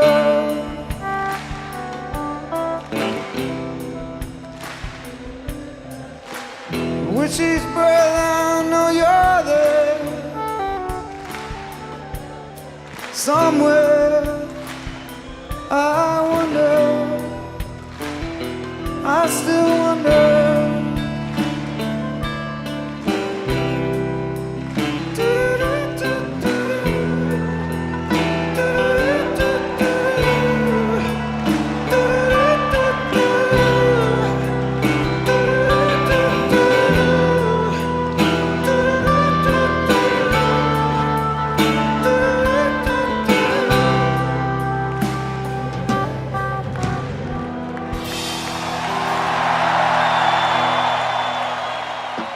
a lot of people, what they were saying about this whole entire tour was that Black had some of the most amazing tags that you could have expected that they've ever done with the song for the whole tour. And McCready's got this like whale sound for his guitar going, and it sounds amazing. In the same kind of contrasting the way that Ed is singing, and he's singing about, this is all improv. It's not a "We Belong Together" or anything like that, but he's singing about like stars in the sky, which I think he heard my debut album. Matt, do you remember "Stars in the Sky"? Was that pre or post Exploiting Trevor? That was post. That's a deep cut right there. Ooh, okay. Yeah, it might still be on MySpace. That's how. Wow. Uh-oh. Yeah, indeed. And it was around 2005, so I wouldn't be surprised if Ed had stumbled across my MySpace account. He was like, "Stars in the Sky, I got it." If you had him in your top 8, then he might have seen it. The top 8 friends. Then at the time, probably not. Not until after Avocado came out. It's probably just Fat Mike and yeah. and Surge from System of a Down. Yeah, that's probably Fat Mike, absolutely, and the whole entire Bouncing Souls. Yeah. And maybe we'll find the song and we'll share it later. Andy, if you could dig that up and get it to me before Thursday, then that is absolutely making its way into the show. Well, we'll see if it has a spot. Okay. But yeah, what do you guys think about the tag here? Yeah, different, fun. I mean, I'd say interesting. It's a cool little freestyle. It's well received. I mean, they're playing everything really well on this night. That's all I could say. Yeah, this was like second level type of Black.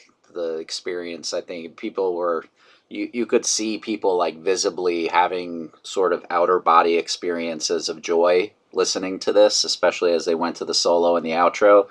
It was a whole nother level. One of the best that I've ever been able to catch. And it's amazing to kind of say that about a song like this, because it's so deep and emotional as it is. I feel like every time they play it, they bring it to a different kind of level of emotion. And to go back in hindsight and say that this version is the best or one of the best that you've ever heard speaks volumes to how the song has grown throughout the years and what it means to people. So it's real interesting to hear that, compared to all the other Blacks that I've heard that just blew my mind as well. So, and that goes from Black into Better Man. Man, they are hitting you hard with popular, good, energetic songs here at the end. And it makes sense because the first encore really doesn't have that outside of Alive. If you want to count Crazy Mary, sure, but they gave you all the hits, and they finished up really strong. The Save It for Later tag, I thought, is really what made the song here, and I usually don't say that a lot about Better Man, but I don't know what it was, but it surprised me. Right, yeah, you and I are right on the same page with almost everything here tonight. I said that this tag is especially fun and energetic. This one is tag 2.0, kind of in Patrick's words here. The crowd is super into it. I'm listening to it, and I'm listening to this tag, and I could only imagine being there, because it was one of the best ones that I've heard. And that I could be a little critical of Better Man because it's one of my favorite live songs to hear, and holy shit, this one, it was real to the point. The intro got right to it. We're kind of used to that more like drawn out guitar work now. And I do like that, letting it breathe a little bit. It gives the audience like this real anticipation. But it was 2005. Maybe he, I think we're just used to him dragging that out a little bit more now. But fuck, man, this this outro was incredible. Yeah, this is a song be honest, like where for a long time I kind of fell out of love with it, and that was probably me being a little bit of a jerky Pearl Jam fan, being like, I don't like Better Man. This was when I had started to really enjoy it a little bit in 2003. It was sounding really good to me, and this night was when I was like reignited and understood what the song was like really about in the live setting. It just struck a whole new chord. It sounded great. The outro was great. They were so into it. They were animated, and just like they made me, watching them play it made me go, stop being that jerk that wants to not like a song as like from a hipster perspective, and appreciate what they're doing on stage, because you might not be there tomorrow. And it was again second level type of attack on this song. But no one's going to hold it against you if you didn't think that about Last Kiss. Just letting you know. Well, it's funny that you say that, because that's one that I'll never be able to get back into. I'll keep it short and sweet. I loved it when they brought it in. I loved it as the single. I love what they did with the single. I could care less if they ever play it live again. Sorry, folks. And tonight when they played it at the show, they did it at the preset, which was awesome. I was like, great, preset. That's right. I forgot to mention that. Yeah. I knew there was something I didn't want to mention. It was a Last Kiss preset. It was a Last Kiss preset. But that was totally cool, because that just meant it was not going to be played in the main set, so it was fine. Yeah. But I did research on a show. I don't remember what show it was, but Eddie came out and did in the preset, he did Porch acoustically, which is, in both our minds, Matt, garbage. Wait, that was what show was that? Wasn't that like 3 nights later? Wasn't that the 19th? Yeah, it was only a few nights later that he did that. Yeah, because you know what? I went onto YouTube. I wanted to watch this show really bad, and they don't have it. And I saw Canada. It was the first one. It's September, and I hit it, and I see this Porch acoustic preset, and I'm like, well, this isn't it, and I'm not watching any more of this. But they ended up playing actual Porch in the set. That's the crazy part. Okay, so I don't think they played Porch in the set in Canada after this show, but okay. The set list that I saw. Oh god. Yeah, I wouldn't be surprised because I went through and I looked at most of the Canadian shows, and I kind of scrolled through a little bit to see what was going on. I thought maybe that this was during one of those shows that there were 2 versions of Porch. The only time I've ever heard, and I didn't see this live because I had no business seeing this band, but the only time that I had ever heard of a band playing the same song twice in one night, and this is going to make a lot of sense, and yes, I had friends that actually went out and saw this band, and yes, they still at the time played, A Flock of Seagulls played Iran twice. Oh my god. All right. They played it one time, like completely techno, funky, different, and then the other time they played it normal. I got to say, I've done some weddings, and there'll be some very excited brides and grooms and parents that will want to hear a song 2 or 3 more times. And oh no, you know what though? They're the boss that night, and you smile and you do it. And there's nothing more awkward than that. It's a horrible feeling, but you know what? I go along with it. Well, now that I think about it, Rock and Roll All Night, when not Rock and Roll All Night, that was the stupid that was from the same episode we talked about. Yes. Yeah, Rockin' in the Free World, but Rock and Roll All Night was the one from that Thunderbirds like show. I forgot the damn name of the show now. But there's play Rock and Roll All Night. We already did. Play it again. Or the Queen gets. Although in their defense, I think with Rockin' in the Free World, they started it and then they did like a medley and then finished it. It wasn't. I don't think they really did the whole song twice, right? I don't know. I've not inspected that set fully yet. They kind of played it twice. God damn it! It was unfortunate, but they did what they had to do. His live album in, what was it, 1997, that came out, the year of the horse, and they have one of the recording, you can hear a fan scream. It all sounds the same, and he yells back, "It's all one song." I love it. I love it. All right, well, there goes my benefit of the doubt, but at least we've closed the case. Uncle Neil at it again. Jeez. Which we'll get into Uncle Neil later. Matt, you hate this this intro into Rearview Mirror. Okay, now this was egregious. They did it like 12 times before they did this. Oh my god, this was so. It went on way too long. You know what it does? Okay, purposefully irritating. Here's why I don't like it. It gives this. It's like give the song away before we do it. Let me just give it away. So it's their version of when you're playing with your dog and you have a tennis ball and you fake throw it and they're like, "Oh, where'd it go?" No. Yeah, but by like the fourth or fifth time, they don't want to play with you anymore. That's what I mean. After a while, you're like, "All right, I'm not getting the damn ball. Cool. I'll go back to sleep." And this is such a stupid, small little thing because, shocking, the song sounded fantastic. Yes, completely agree. Man, I got lost in the version. To be honest with you, I did. It was just a jam, and I think more than any other song that they have, they can really jam with this one, and it's almost outside of Crazy Mary, maybe like almost like their Fish song, where they can go for 10 minutes and just the crowd get lost in it and keep going and going and going until they finally finish. Because you can get a little lost in this one, and then on the other side of like Better Man, where they could do the same thing, but with the tag, it keeps it a little tighter. Even though they can jam on it, but with Rearview Mirror, which is really strange because the outro is so hard rock. The whole song is just a good rock song, but yeah, they could go full Space Odyssey on you in the bridge, in the jam.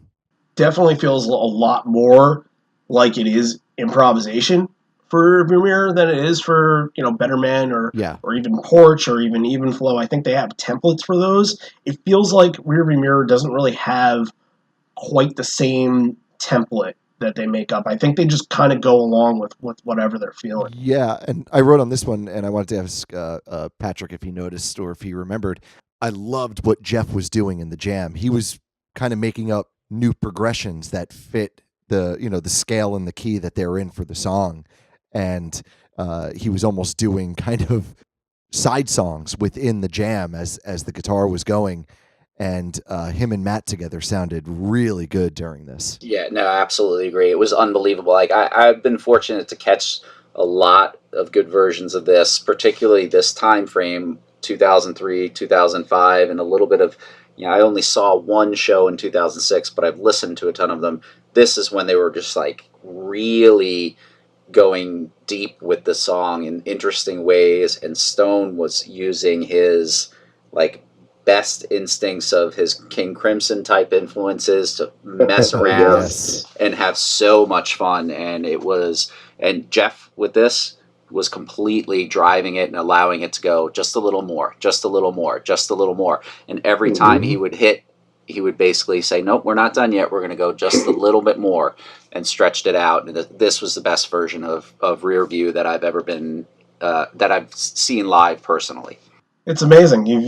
You've hit two major songs or three major songs in a row here, where it could be your favorite versions, and no wonder why you chose this show, because they really, it wasn't just the hits, it was everything.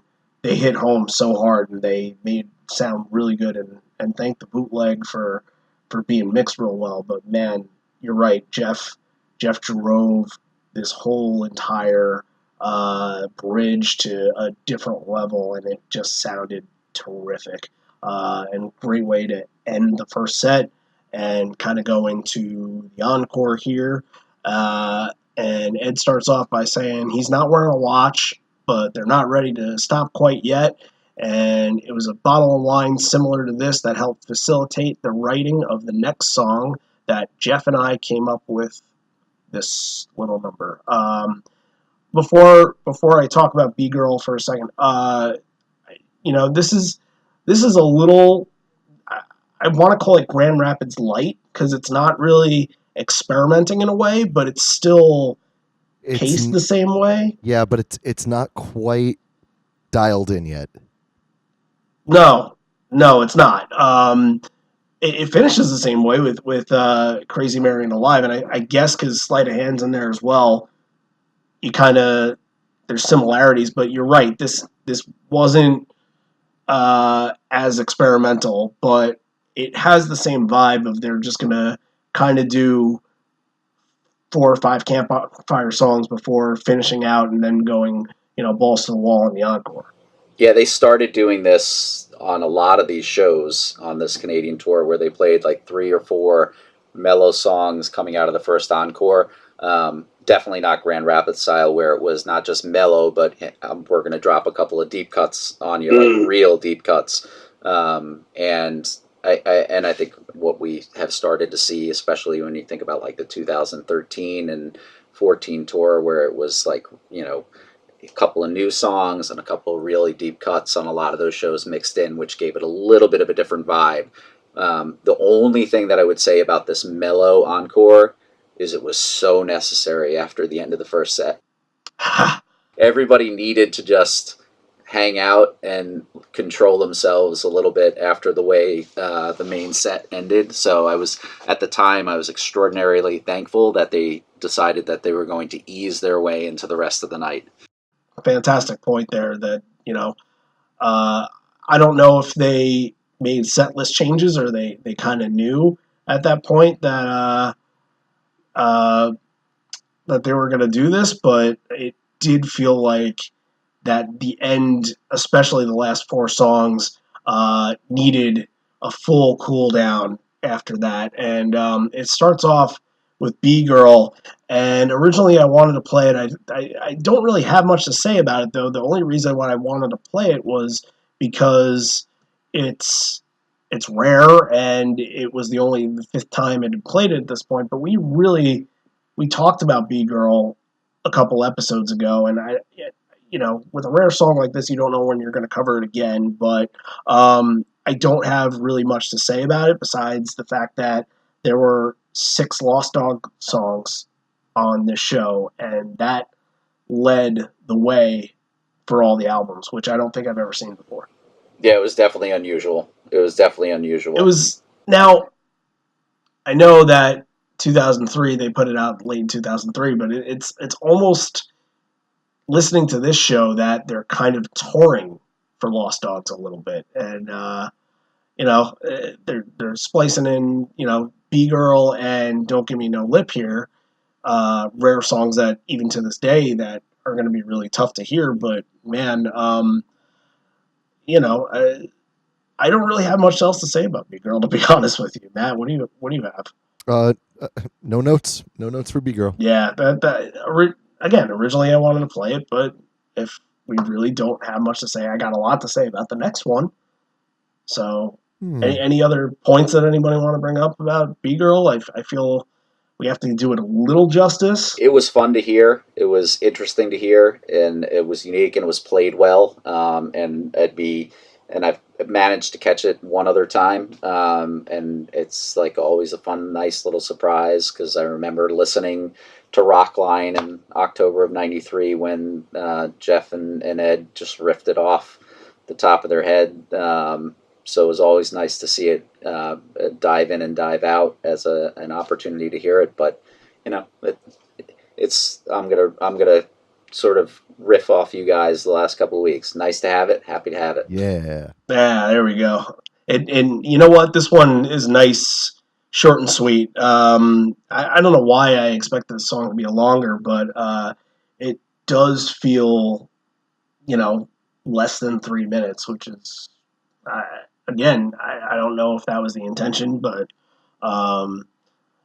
one thing that I do want to bring up about this song and it being in rareness that I've never heard it live before, but When you get that like holy shit factor with certain songs, like they never play this, I've never seen this. I would have screamed holy shit with Don't Gimme No Lip, but B Girl not so much. I would have been like, okay, all right, nice to hear it. I'm glad I hear it. Oh, that's cool. That's cool. Right, but not. I don't think. Maybe there are some people out there that would get excited, legit excited to hear "B Girl," but a lot of other people would be way more excited to hear "Dirty Frank." Oh God. So I'm just I Uh, take the the vibe in the room. yeah. Let's get into a little bit of Ramones here. Now, I saw on the set that they were playing I Believe in Miracles, and I knew the date because last week it was just so happened that we talked a lot about Johnny Ramone last week, and I had mentioned the date. Matt, you actually brought up the date he died. I knew the year that he died and month, but this is a year and a day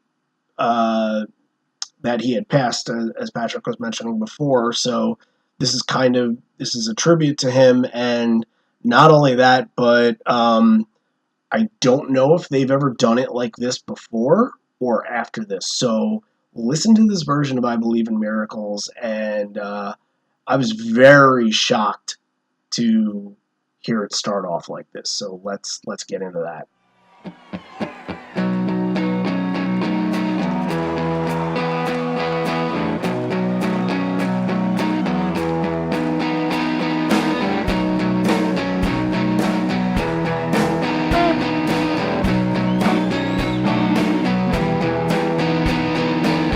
I used to be on an endless road, believed in miracles 'cause I won. Oh, I've been blessed with the power to survive. Oh, after all these years we're still alive. I'm out here kicking with the band. Oh, I'm no longer a solitary man. Oh, every day my time runs out.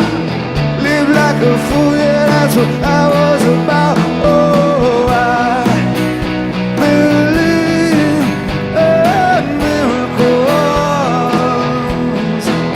Oh, I believe in a better world for me and you. Oh, oh, oh, I believe in miracles. Oh, I believe in a better world for me and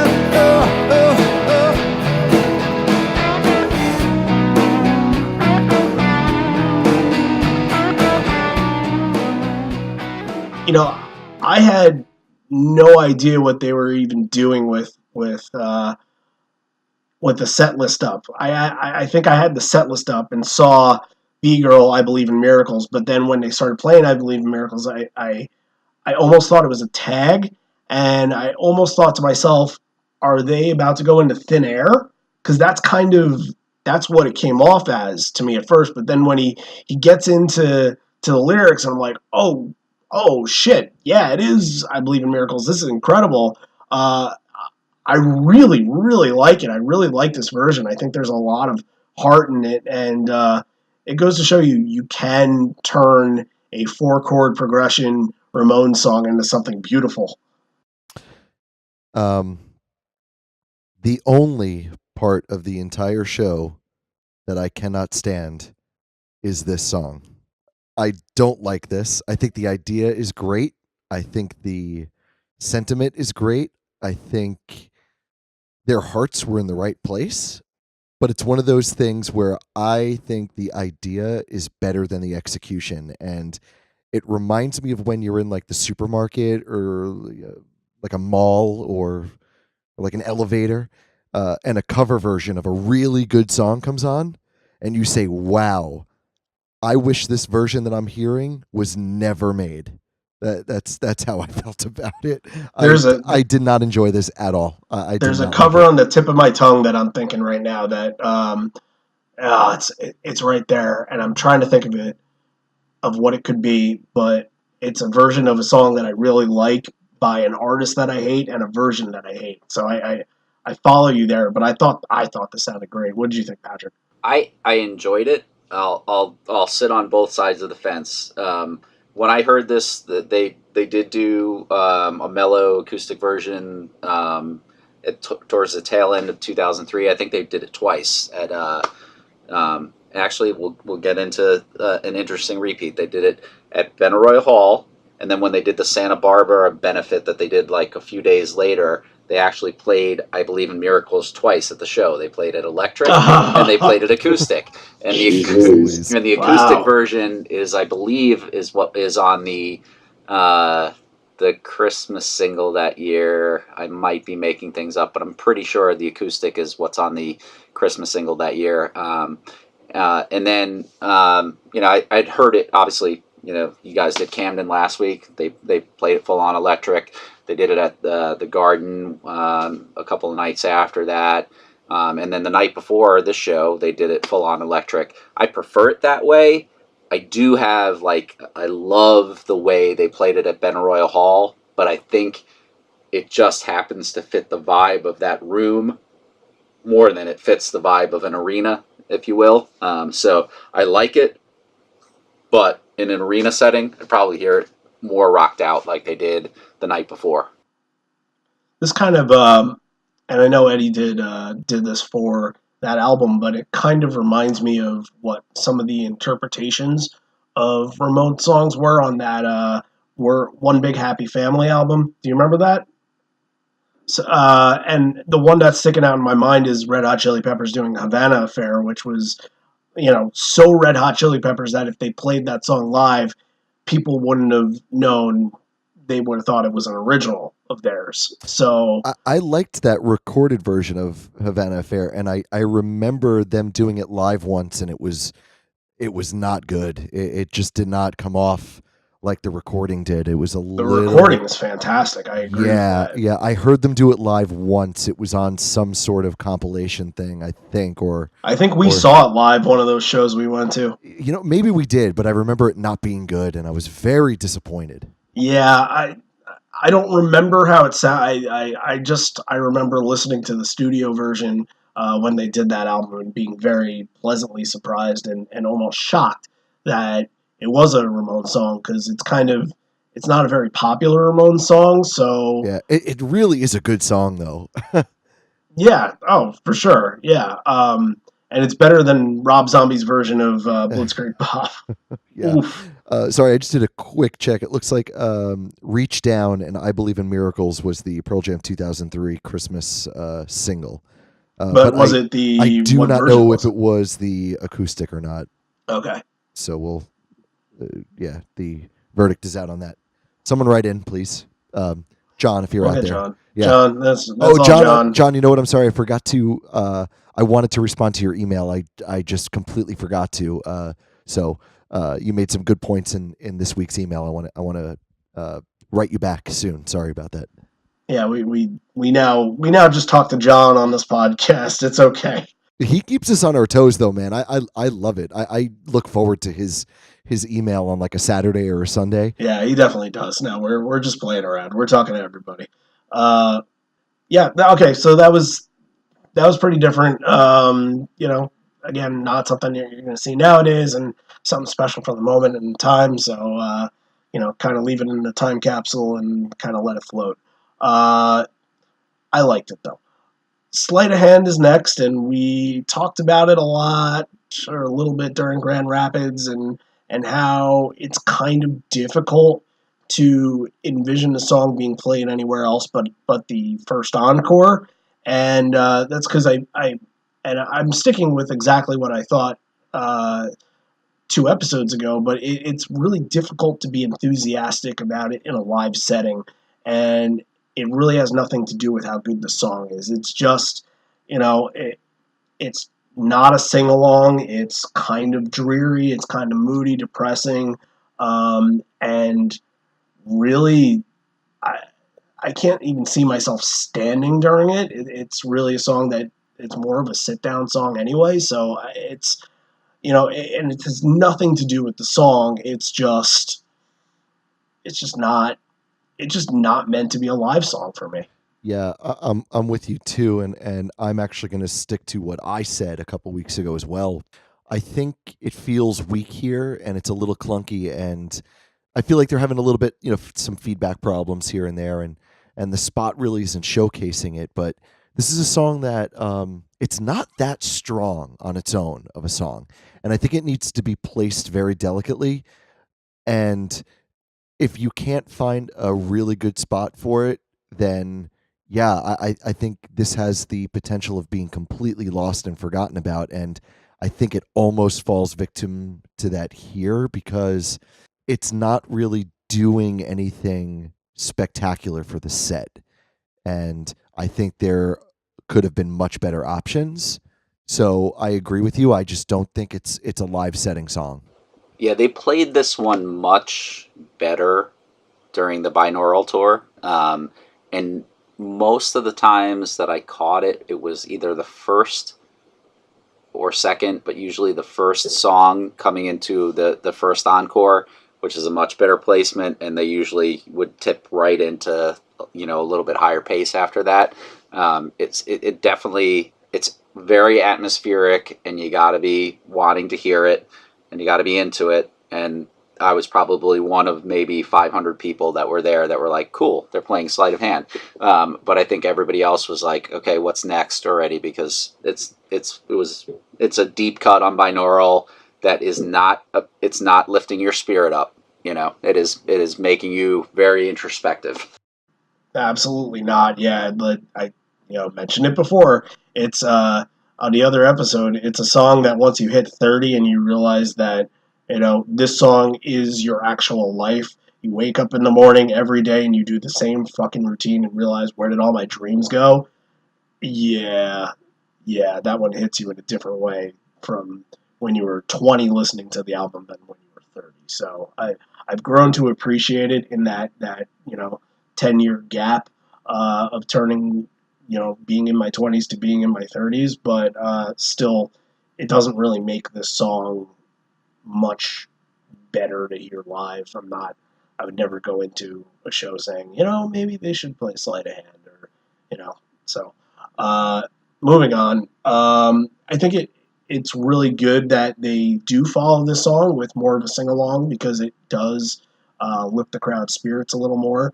And we get Elderly Woman here, and it's all good. And you're anticipating kind of what the second encore is going to bring at this moment in time, and you're halfway through this, and I think you kind of have the understanding that it's going to continue toned down, and maybe they're playing their card, pretty pretty open, playing their card here, showing that they're going to play a live at the end of this set. Maybe it could be Porch, it depending on your way of thinking, but this is pretty much, they're not going in to do the evolution. They're not doing hard stuff here. This is pretty much the same pace that they're going to keep it. So, in between all these songs, considering that B-Girl isn't too much of a sing-along because it's deep, I Believe in Miracles is played differently, so you're not really going to sing along to that. And Sleight of Hand, no one's singing. Elderly Woman here is a really good placement in between Sleight of Hand and Crazy Mary for me. Oh yeah, I love this spot. It's outside of mid set one. It's different, shakes it up. I wasn't feeling this encore one when it started, but this brings it all back. It's a fan favorite, gets everyone excited, gets everyone up, sing along. And strategically speaking, I think this was very well played. I think the band played it well, of course, musically speaking, but strategy-wise, as a set build or an encore build here, love this spot.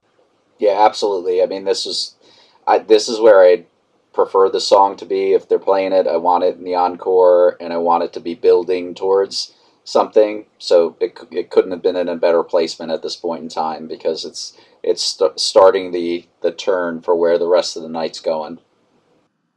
Yeah, that's a really good point because it's really good transition into Crazy Mary. But not only that, it brought up something that I had never thought before.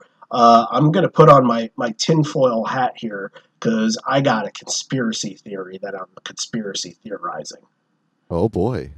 Is Crazy Mary the same elderly woman behind the counter in the same small town that lives in the same tar paper shack? It could be that Eddie or whoever the character is that seemed to recognize her face.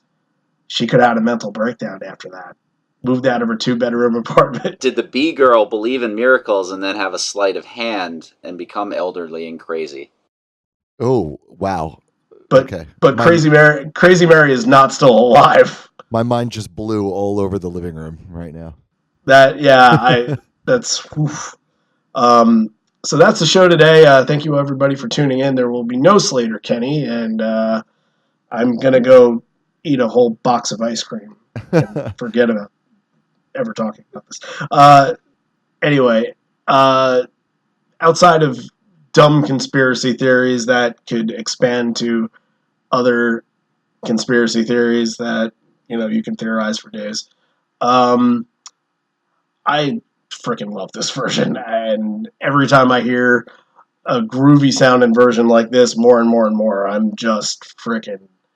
floored by it. And again, it's I think you were talking about this last night, Patrick. It was the one early on where Boom and Mike were really starting to feel and feed off of each other. And so are we on to Crazy Mary here? yes. Yeah. Yeah. Yeah. I got some things to say about this Crazy Mary. Please. So I mean, it's not going to come to a surprise because everyone knows that I love Crazy Mary, but Eddie's voice is butter smooth, and it's one of the best paced Crazy Marys I've heard in a long time. And Mike and Matt and Boom, I think, are on fire at the end. I think they had this trifecta going on, but kind of sneaking up on you. Jeff and Stone are keeping a rhythm better than I've heard in a few weeks now, and it's everything you want from a Crazy Mary. And on top of that, the crowd is coming back through in this bootleg, and they're singing over Eddie. You hear them loud and clear. I can't really articulate that much better. Yeah, I mean, I'm beating a little bit of a dead horse by saying this, but this is again one of second level and one of the best Crazy Marys that I've ever caught. And I had the fortune of being at Penn State, which I thought was really good. The version you guys covered a couple of weeks ago, Grand Rapids, is very, very good. This was like otherworldly. This is again it felt like at that point towards the end where you can hear the crowd just rise when Mike and Boom are trading off. It felt like we might actually feel the venue just lift off the ground and take off. Yeah. Wow. It's true. I love that feeling. And this was one of the ones where I thought Matt was doing some really cool things in too that we had mentioned earlier on in the show. He was, I don't know, it was almost like he was playing off of Mike and Boom too, with the drums, and it added this element to it. I can't articulate it any better. It's I was just listening to the song and I couldn't put into words and define what was going on. I got so lost in it. It was kind of how Rearview Mirror was performed in this night. You find yourself listening and you find yourself, losing yourself in the moment. Not to steal a phrase from some rapper in Detroit, but man, I wouldn't have, because I got so lost in it, I didn't even think of Matt's role in the song. I didn't think of Stone's role in the song. I didn't think of Jeff's role. I didn't even, realize how butter smooth Eddie's vocals were in here, but you're 100% right. They were fan-frickin-tastic. So yeah, I totally agree. And there is, just to echo what you were saying, Matt, about how Ed sounded on this. He had it down to a T, and was even giving those ghostly lyrics and delivery on them, where you're just perfect. This is exactly how this song is. Storytelling. Yeah, absolutely. And you know what? I had more to say And next time we cover the song, I'll have more to say and just talk about, like, I guess the song's, the meaning of the song, because I wanted to talk about that a little bit today, but screw it. Don't need to talk about Shreveport, Louisiana. So, here we are finishing the first encore with Alive, and we kind of glossed over the fact that it didn't even appear in last week's show, and a set like that didn't even need it. It's and we're getting back to, look, this is early 2000s, and now that it's played every night, you expect it every night, but early 2000s, especially Binaural Tour after Russ Killed, they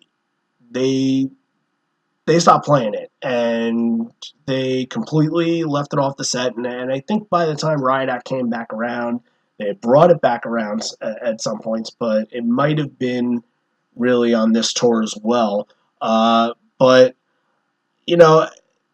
we've kind of glossed over it in general lately, and it's not really on purpose. It's just circumstance. And, it has to reach such a high plateau for us to get really excited about it. And, besides a little hesitation before finding a groove, it's as epic as it's always been. And I really don't have much more to say about it. I wish I did. Yeah, it was a fun version. The one thing I like about it here, especially with the hindsight, the ability to look back and see what they've done with set lists, things have gotten a little bit predictable with where this song ends up right now. Mm-hmm. And so back then it was like it could be ending the first set or be towards the end of the first set, or it could be an encore song, or it might be a second encore song, or they might not play it that night, which was totally cool. That it was really good pace tonight. Just from being there, it was super fun because McCready took off into the crowd during the solo at the end. Just Right. jumped right down and decided to take a walk around, which was pretty interesting to watch. And obviously everybody's like watching that, and they're getting even more hyped up in the crowd seeing him do that.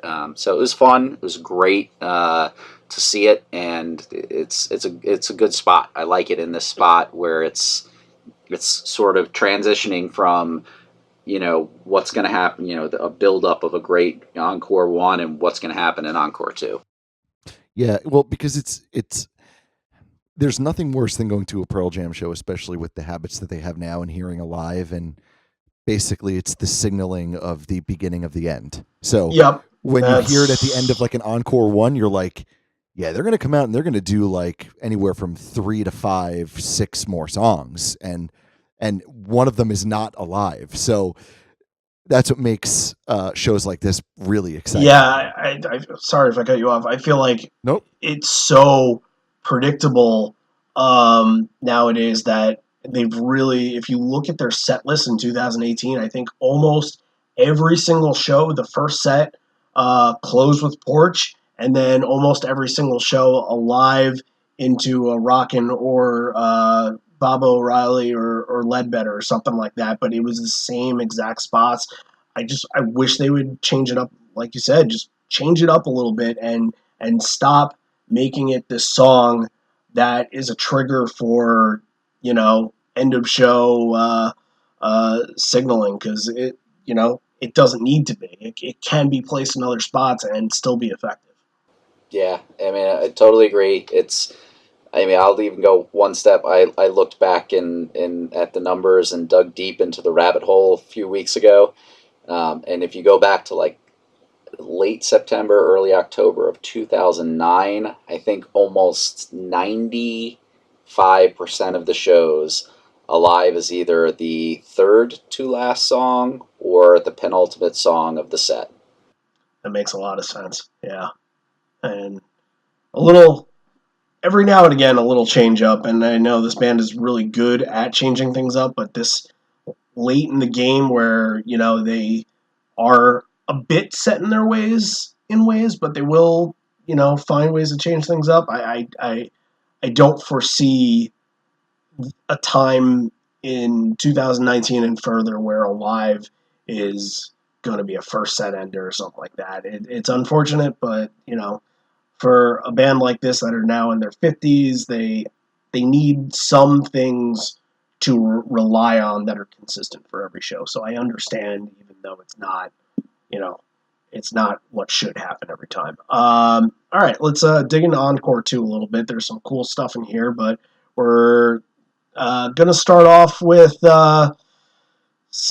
it says thanks to the crowd and says nothing else but thank you. And I don't know why I wrote that because that's not really that interesting. But yeah, right. Doing way too much research. So we're starting a second encore here after a live, and we kick it off with Given to Fly, which is, you've heard me 1,000 times on this show talk about Given to Fly, and you've even heard renderings of other people talk about me on other podcasts say that I don't like Given to Fly live, and that's not necessarily true. If anybody's listened to the show, it's not that I don't like it live. It kind of is that I don't like it live. It's that I've accepted it for the way it is live now, even if it's not anywhere as close to the studio version, even if Matt is not anywhere as close to what how Jack plays it on the studio version. It's all about where it's placed, and I love it as a show opener like they did in Chicago and Boston, but as an Encore 2 opener where you kind of out of the gate want something really kind of energetic and electric, I thought it was a bit, I don't know, I don't want to say downer, I just want to say just kind of blah. I wanted to just say boo immediately because I've become picky about this one thanks to you and thanks I've to made Steve. you picky about it. Yes, yeah, I've you gotten have. through to you. You and Steven have absolutely made me very picky. The pros I had, though, was that I'm sure when you're there in the moment and Alive, Rearview Mirror, Better Man, they're all done. It's Encore 2, what could be next? And they come out with Given to Fly. I don't want to speak, like I was there, but I could imagine if I was, I would be pretty excited, and I think I would be about it because it's played well. How it sounds was enjoyable to me listening to it. But all together, all in all, when all is said and done, no, this is not my preferred spot. I wouldn't say it was blah because I thought it sounded good. I'm less about it being sped up. I don't mind if they speed it up. I don't mind if they slow it down. I'm not picky about that.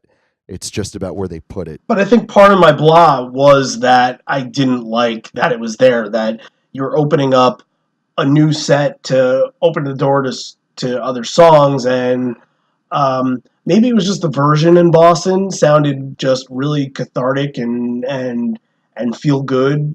It had that vibe to it. Yeah, that opener was pretty magical, and definitely we were not expecting it either, so that added to it. But no, but this here, it felt ordinary, I suppose. Yeah, it's a song that's very interesting in that I love it on the record. Absolutely love it.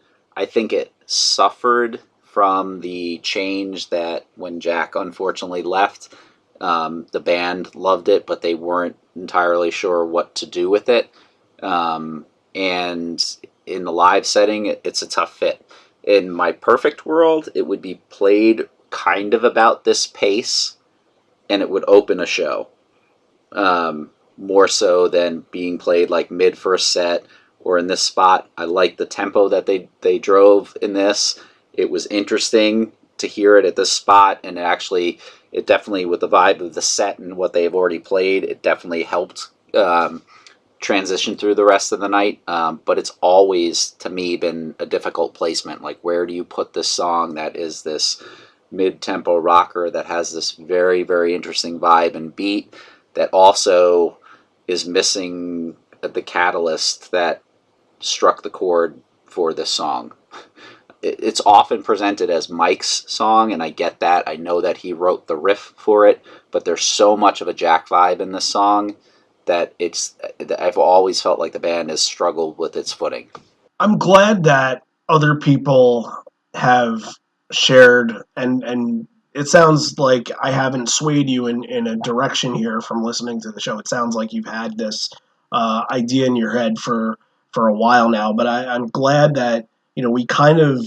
I'm not going into this and saying like I'm the guy that hates Given to Fly live in certain positions. It's sort of a lot of people are kind of on board with Steve being the same way, and a lot of other people besides John Ferrara have talked to me about it and said, it's I've always kind of felt that way. It's that something was a little off, or I just wasn't enjoying it as much as I should have been enjoying it, because I know how much I love the song. But I guess in my eyes, besides that Boston show, the only time that I was really excited to hear Given to Fly was the first time I heard it.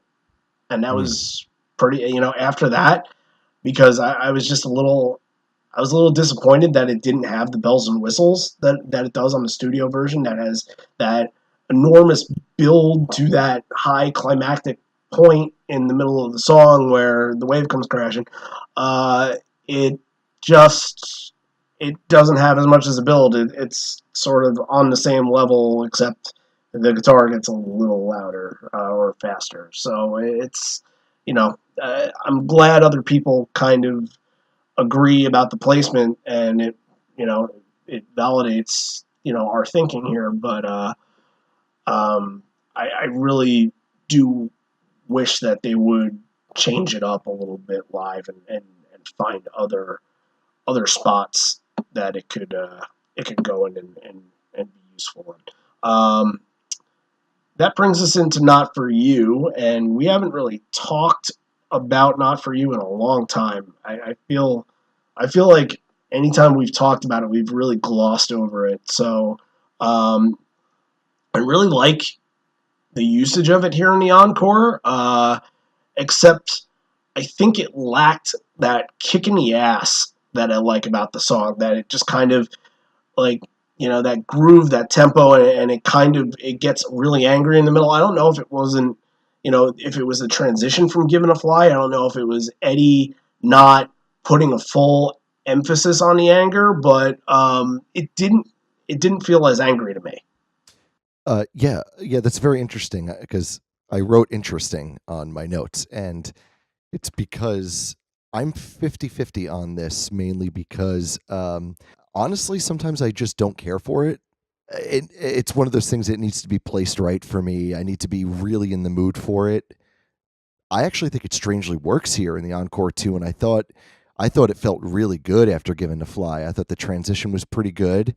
I thought it was played well. I do agree with you. I think it could have used a little bit more oomph behind it, a little bit more balls, but I'll take it here. I thought this was pretty cool. I like it here. The only thing I'll agree, Randy, that there's a missing of that oomph, but I think this is kind of that. This is that transition stage when Ed is moving from angry Ed to I'm understanding my life Ed. Dad Ed. Some of these things change a little bit, and his approach and his tact with some of these songs, it's hard. It's hard. Like how do you in a song that you wrote with such emotion and such belief, how do you carry that as you start feeling like, I've got control of things now?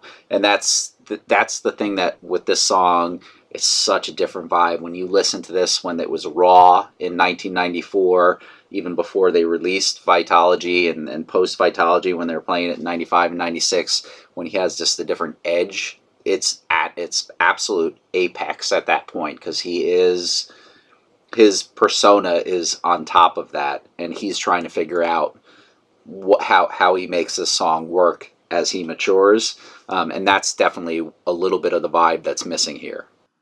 I get the same vibe off of Not For You that I get from Blood. That it was really in its early stages one of the and same with Porch too, for that matter. That in its early stages, it really defined early Pearl Jam in the early to mid '90s, and what their statement was about, what their attitude was about. And now it's kind of nowadays, I guess. I don't want to say it's like it's just playing the hits, like but the hits don't sound like they used to. I guess it's kind of what is it? It's I have a term on the tip of my tongue, and I'm thinking about it. Hold on. I got it. Hold on. I can't think of what the fuck they call it. What? Please indulge me. What do they call it? Could. Okay, I got it. I finally fucking got it. Okay. All right. It's like coming back for an old timers game. It's Okay. songs that, okay, they were awesome in their prime, but they've kind of been retired or retired of that attitude. Unofficially. Yeah, right. Like, I mean, I think besides the Boston show, they played Blood one other time, but not for you. They play here and there. But Old Porch, Old Porch is retired and Right. not ever coming back to baseball. So, when you hear it, it's kind of like you're seeing an old star come to the plate and they're dribbling little grounders to third, and it's kind of like, okay, yeah, that was nice. He got on base, and the shortstop couldn't get to the ball in time, and but it was nice. It was nice to see them try. It was nice to see. Yeah.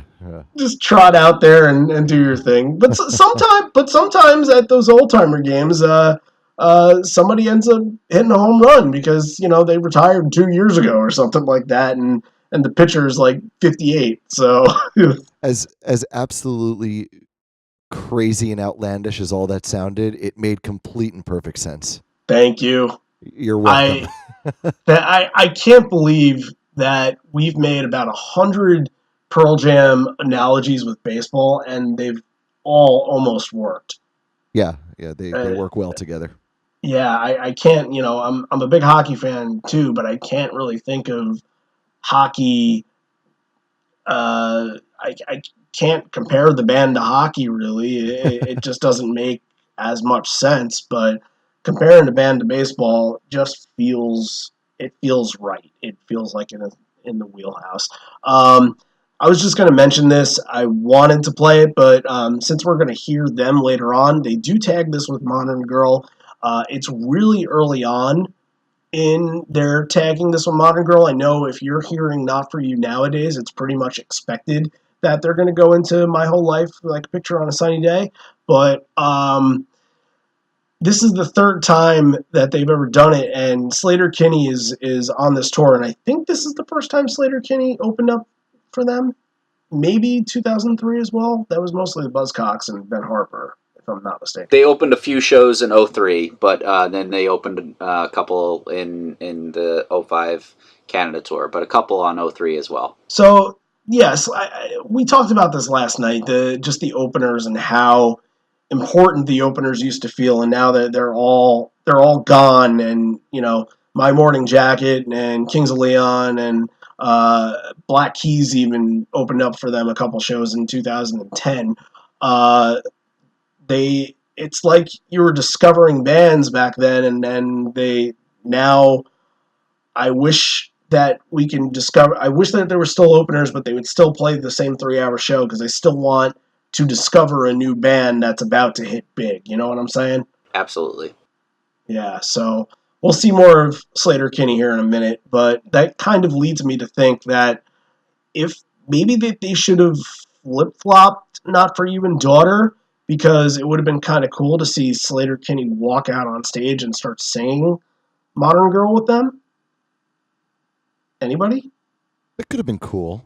Yeah, absolutely. I would have dug that. I mean, this is like only months into the Wilderness being out at that point, and it's kind of took me aback when they were working it into Not For You. I was like, oh, cool. I mean, I had the record, and it's one of the better tracks on that record, but seeing them work it into the song was just like, oh wow, that's neat, that's interesting.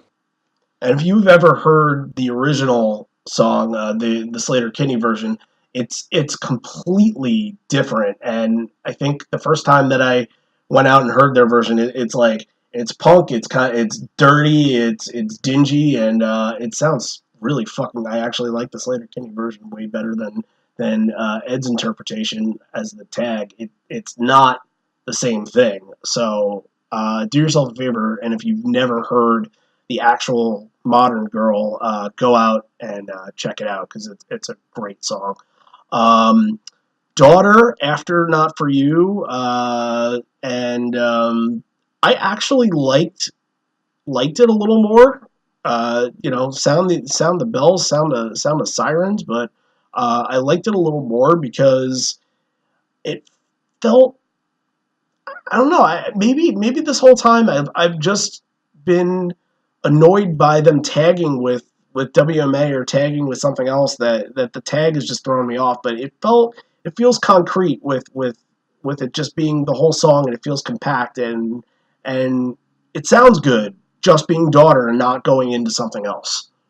There was a couple instances of that in this show where they kept it kind of short and sweet and to the point, that they didn't drag things out and they didn't make things too long and overdone. But I don't mind them hitting them with a late encore 2 hit song. Alive is done, so why the hell not? It's going to sound great. The only thing I'd say is that it gets a little slow towards the end for a mid encore 2 song, and Jeff is sitting down playing bass. So momentum wise, maybe not the best, but like, fuck it. Like I thought it sounded really good, and like I said, hit him with a hit on the second encore here. It accomplishes, I think, its goal in that aspect.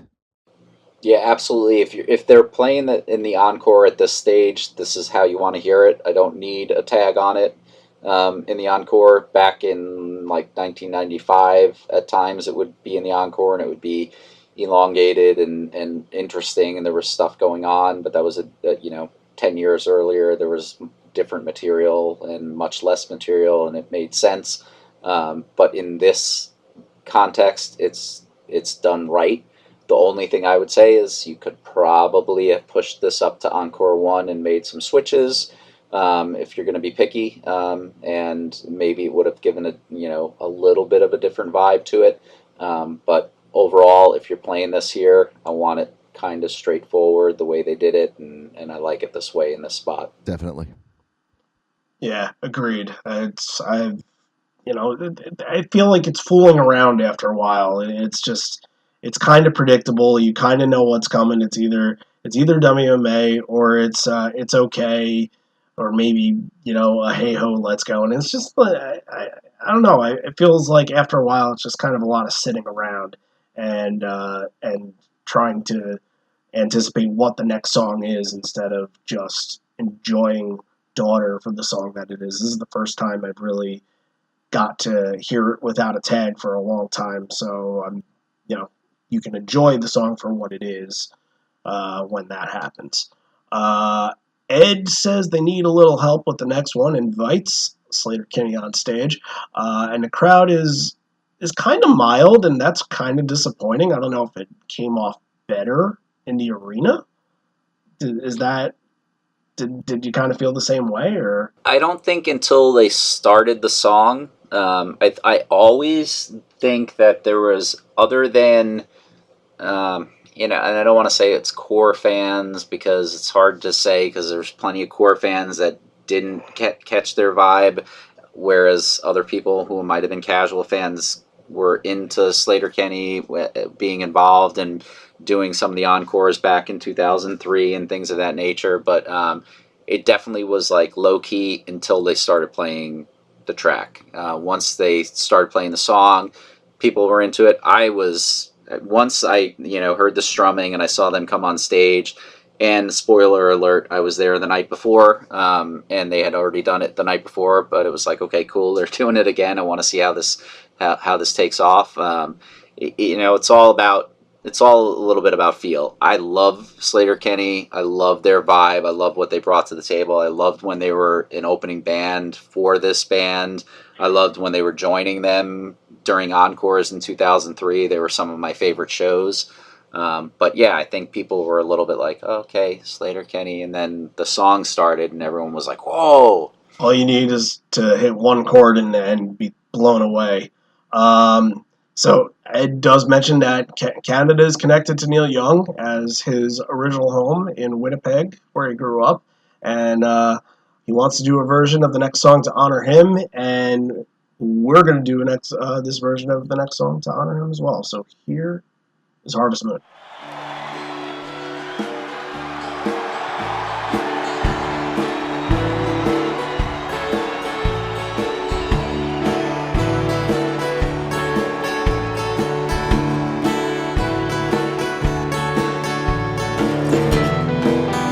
Come a little bit closer, hear what I have to say.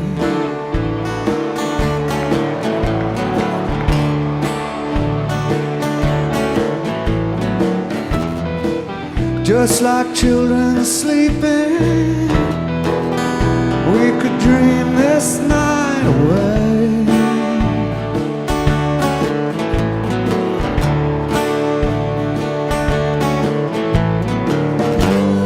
But there's a full moon rising, let's go dancing in the light.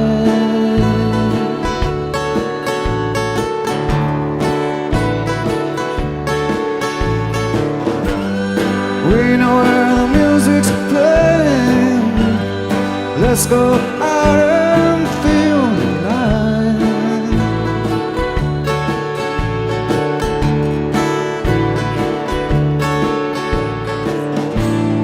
'Cause I'm still in love with you, I wanna see you dance again, because I'm still in love with you on this harvest moon.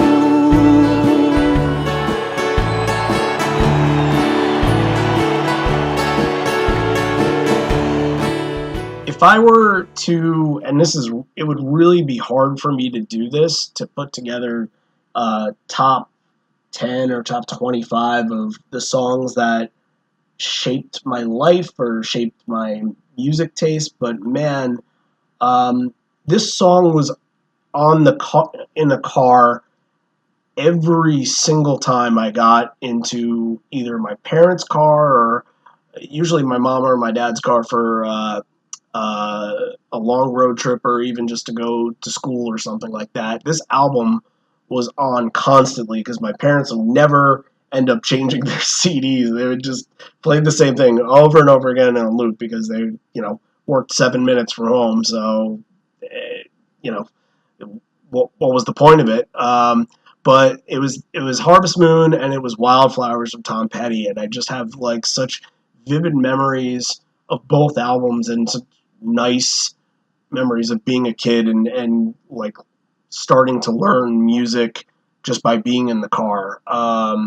And it's a beautiful song, and it reminds me of love and rediscovering love. And I would think it's a great first dance option if my fiance didn't hate Neil Young. So it's not going to be. But yeah, this sounds really good with Sleater-Kinney's backup vocals, and only 9 times ever played live, but it feels like Sleater-Kinney was on for most of the times they played it. Right. Yeah, I'm not the biggest Neil Young fan, but I absolutely adore this song. Randy, as you know, a good friend of mine, it was his first dance at his wedding, and they are very happily married, so that's a very good sign. Thank you, Neil. But I thought this was a really fun, and I thought it was a meaningful spot. I had a problem with songs being utilized properly in this set, and I thought that this spot showcased this song proudly, and that's what I was missing from Don't Gimme No Lip. It was showcased. They were proud of it. It sounded great, and you're right. I also wrote down that the Sleater-Kinney backups are absolutely lovely, and huge fan of this, especially where they played it. Yeah, Harvest Moon is my favorite Neil Young record, and the fact that they ended up covering this song and being able to experience it twice, it just couldn't ask for more. And having Sleater-Kinney there to provide the backups to make it perfect, it was awesome. It was one of those things where you're sitting there and going, how can I bottle this experience up so that I can have it whenever I need to tap into it. And fortunately, they record a nice bootleg and mix it so that you can go back and grab it. Yeah. Yeah, it's a beautiful version, and it's going to be. If I were to make a playlist of just random live songs, it would absolutely be near the top of that. It's fantastic here. Afterwards, did any of you recognize a little hunger strike after that? Yeah. Okay. Yeah, they started noodling a little bit because they did when Sleater-Kinney finished the end of the 03 tour with them. They did cover Hunger Strike a couple of times. Corinne Tucker did the vocals with Ed. So I can't honestly say whether it was Stone or Mike that was noodling and teasing. I bet it was Stone. But it was definitely a nod to, hey, we've done it before, why not do it now? And you heard it, and there was like, ooh, you're going to do it again? Okay, I'm down. But they passed. Every single time that they do Leaving Here, that we cover it, they play it beforehand, and they try to figure it the fuck out before they go on stage. So how come Ed can never remember how to play this song? I have no answer for you. There was a point in time where they played it extraordinarily well, but luckily, the only thing I can say about this is, very luckily, Jeff was on point. At least Jeff gets a solo. Gives it a My Generation type feel, which we've talked about. The only thing is, I can't believe how much I have come to hate this song, and it's not just this song. This might be an unpopular opinion. I can't believe how much I've come to hate this song when Pearl Jam plays it. I don't want it anymore. I don't want to hear it anymore. I think it's because Eddie doesn't remember how to play it half the time. It's always just sloppy. I never think the band is super tight on it. This version, to me, all right. I'm about to get a little condition critical here for a moment. So if you want to, oh boy, if you want to hit the condition critical, let me find my button here. Hold on. Okay, found it. Condition critical. While I loved Sleater-Kinney's backups in Harvest Moon. Oh yeah, I'm sorry. This was. Come on, let me say it, Matt. This felt like a 1950s bubblegum song that you hear on a freaking beach. I hated it. I hated it so much. They were just repeating what Eddie said. It sounds like, you do know what I'm saying? I don't even have like a reference of song. Like I don't think I mentioned it, but I wanted to agree with you. Their Harvest Moon, the highlight of the night for me. I think it was really amazing. Not this. This sounded awful. It did. Straight up awful. It's not the worst thing that we've ever heard on a Pearl Jam show. That still goes to the So You Want to Be a Rock and Roll Star from that San Jose show. Right. You remember that? That was a disaster. But this isn't good. This is really bad. Again, that's awful 50s bubblegum vibe with the backup vocals, like the giggling girls in the background. Just I just hated the vibe of it. They've played it better. I'll leave it at that. Yeah. It was obnoxious. So they redeem themselves. They go into Rockin' in the Free World here, and Sleater-Kinney's still out. And who else? I can't remember her name. The lead on for Sleater-Kinney. Help me out for a second, Pat. Corinne Tucker. Yeah, right. She sings the second verse, and I think she did a tremendous job. So it was, dude. Her verse was fucking awesome. Now this had a cool build up. I liked the build up on Rockin' here. Then they get into it, and it's full, and it's heavy, and it's fun, and it's loud.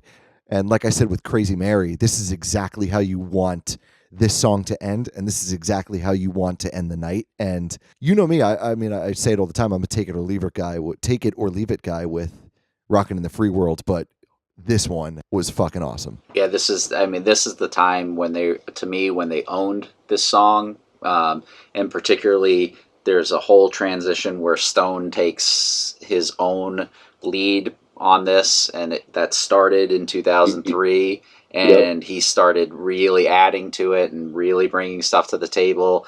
And again, I don't beating a dead horse, but I've seen this song a lot of times. This was one of the pinnacle versions that I've caught. This was like the end of a night where Stone had so many signature moments. Not to say that the rest of the band didn't, not to say that Mike didn't have some great moments, but there was a lot of awesome playing coming from Stone tonight, and this was tip of the iceberg. I think a discussion came up pretty recently when I posted that version from Camden that we covered last week, and somebody brought up that they don't understand why people are so down on this song, and I don't think it's the song. I think the song is fine. I think it's just the predictability factor, and that maybe people are just kind of tired of the vanilla version that they've been pulling out of their hat lately. And this right here is not that. This is on par with last week. They're very good, gritty, emotional versions. But just in general, how the song vibes when you hear it live now, it's the same as a live. It's just the door. It's basically the exit sign.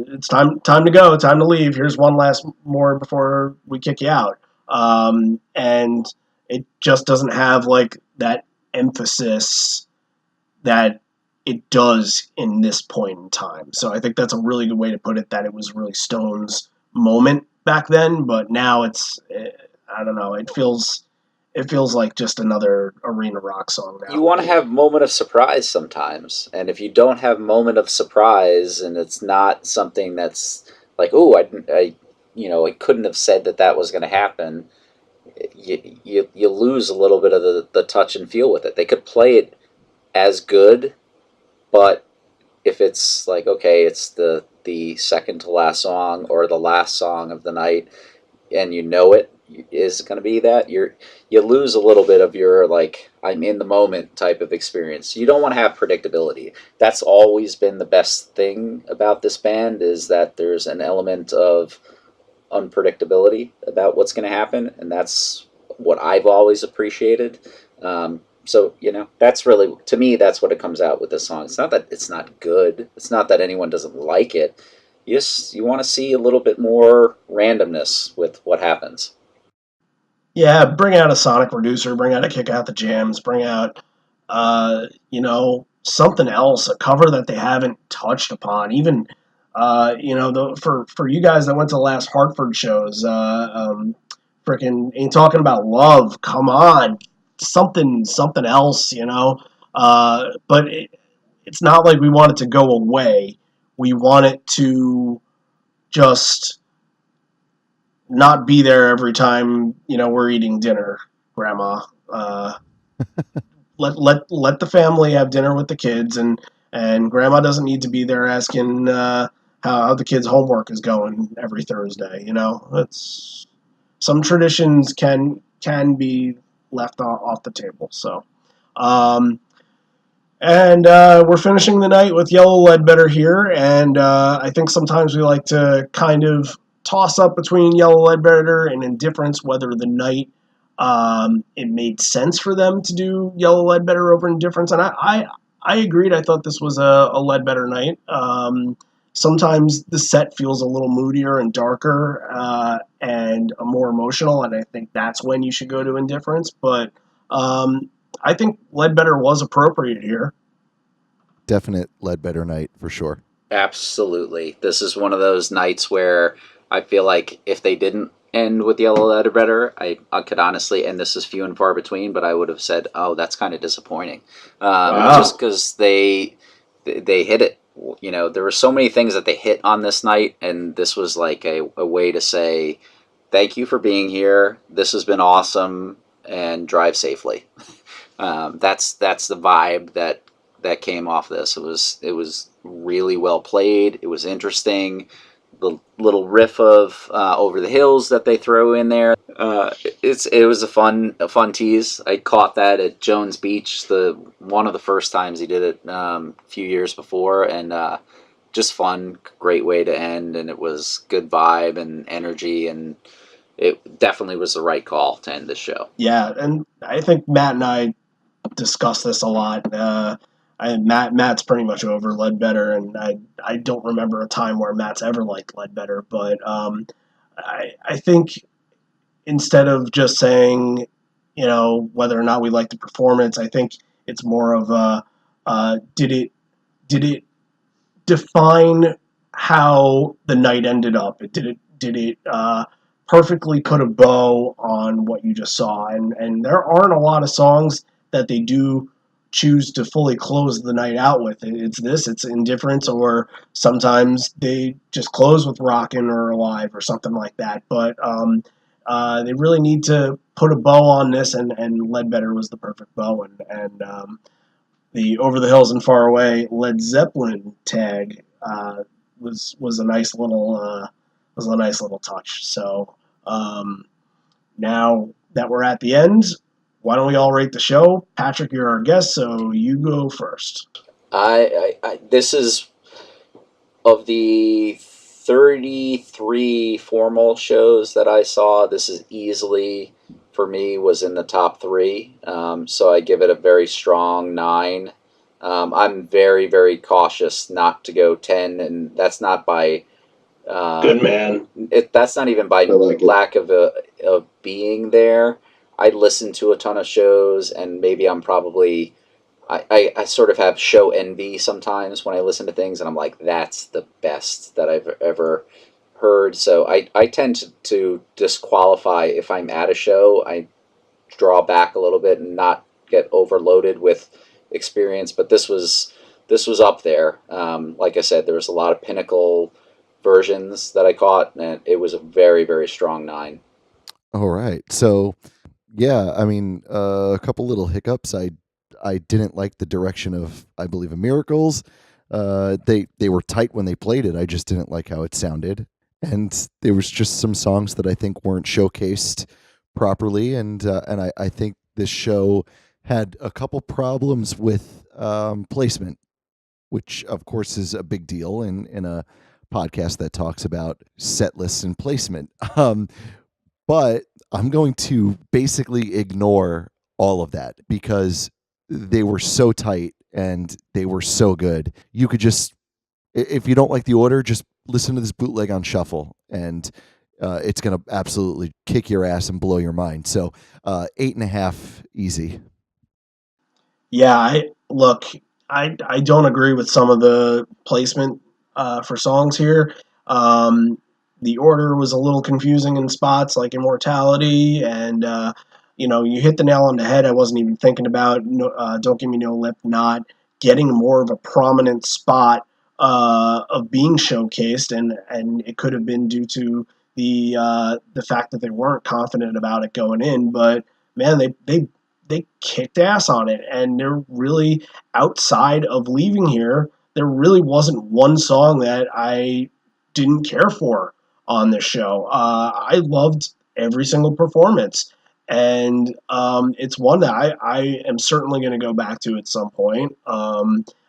I think it is a solid 8.5. I think it's better than Camden from last week, and I am happy to have had it in class, and more so. And yeah, there are some things from this show that like Harvest Moon and Don't Give Me No Lip, and the performance of Black, that you can really. There are those moments I can understand why Patrick is really, really high on this one. You can just bottle up these moments and take them with you. Hope to take them with you wherever you go. So 8.5 is. And if I was at the show, I'm right with you. It would be an easy 9. So, all right, that's one more thing to do with you, Patrick. And since we started the tradition, we're gonna play a game. Okay. All right. Have you thought about this at all? Do you remember from the last episode? Have you thought about what your category would be? I haven't even imagined what category you're going to throw at me, but I have thought. I was like, "Oh wow, I'm going to be a guest on the show, and they're doing quizzes now." Matt, I want you to count. I want you to do the count. I'm going to do the shot clock, the stopwatch here, and this is. I should have chose something else. You know what? No googling, no Google machine. We are going to change. We're going to change what we're going to do here. I was going to do another category. Name as many Lost Dog songs as you can in 1 minute. I'll give you like a couple seconds here. All right, and now let's start the clock in 3. Matt, count them, Matt, because I got to look at the clock. So in 3, 2, 1, go. Whale Song, Wash, In the Moonlight, Sad, Education, Fatal, Footsteps. Oh boy, what are all those Christmas singles that were on there? You've got Let Me Sleep, and you got Undone was on there, and Down was on there, and Yellow Ledbetter, 30 seconds. Dirty Frank, and Brother, and oh boy, Hold On was on there, and You're missing some songs that were played this night. Don't Give Me No 15 Lip, seconds. it was on there, and 10. In 5, 4, 3. Get one at the buzzer. 2, 1. Time is up. I think I counted 15 songs. I out of thought what, I had like 32 16. that are on there. And you missed one that we covered tonight. You missed B-Girl. Oh, God, and the reason for that is I don't think that should have been on Lost Dogs, but whatever. Maybe. Well, I think it's dead last on there, right? So Yeah, it's before just made the the cut. I thought I counted 15. You said maybe 16. There might have been 16. Either way, I thought it was 16. I think there's only 30 songs on the album, right? So half is pretty good on the spot. We didn't give you any sort of idea that we were going to give you that as the topic. So I think that's pretty good. And you know what's nice is that he didn't embarrass himself by saying songs that weren't on the album. Like he didn't say State of Love and Trust or Breath or Leatherman or Santa God or something like that. I hate being put on the spot. I would have said you and then Frozen with the deer in the headlights. Especially being under like the clock, I would have. That's it. I would have panicked. That's exactly. So I was on a show called Beer Money once. Do you guys remember that show? You were on Beer Money. I had no idea you were on that. Yeah, I was on Beer Money back in like 2009 or 2010.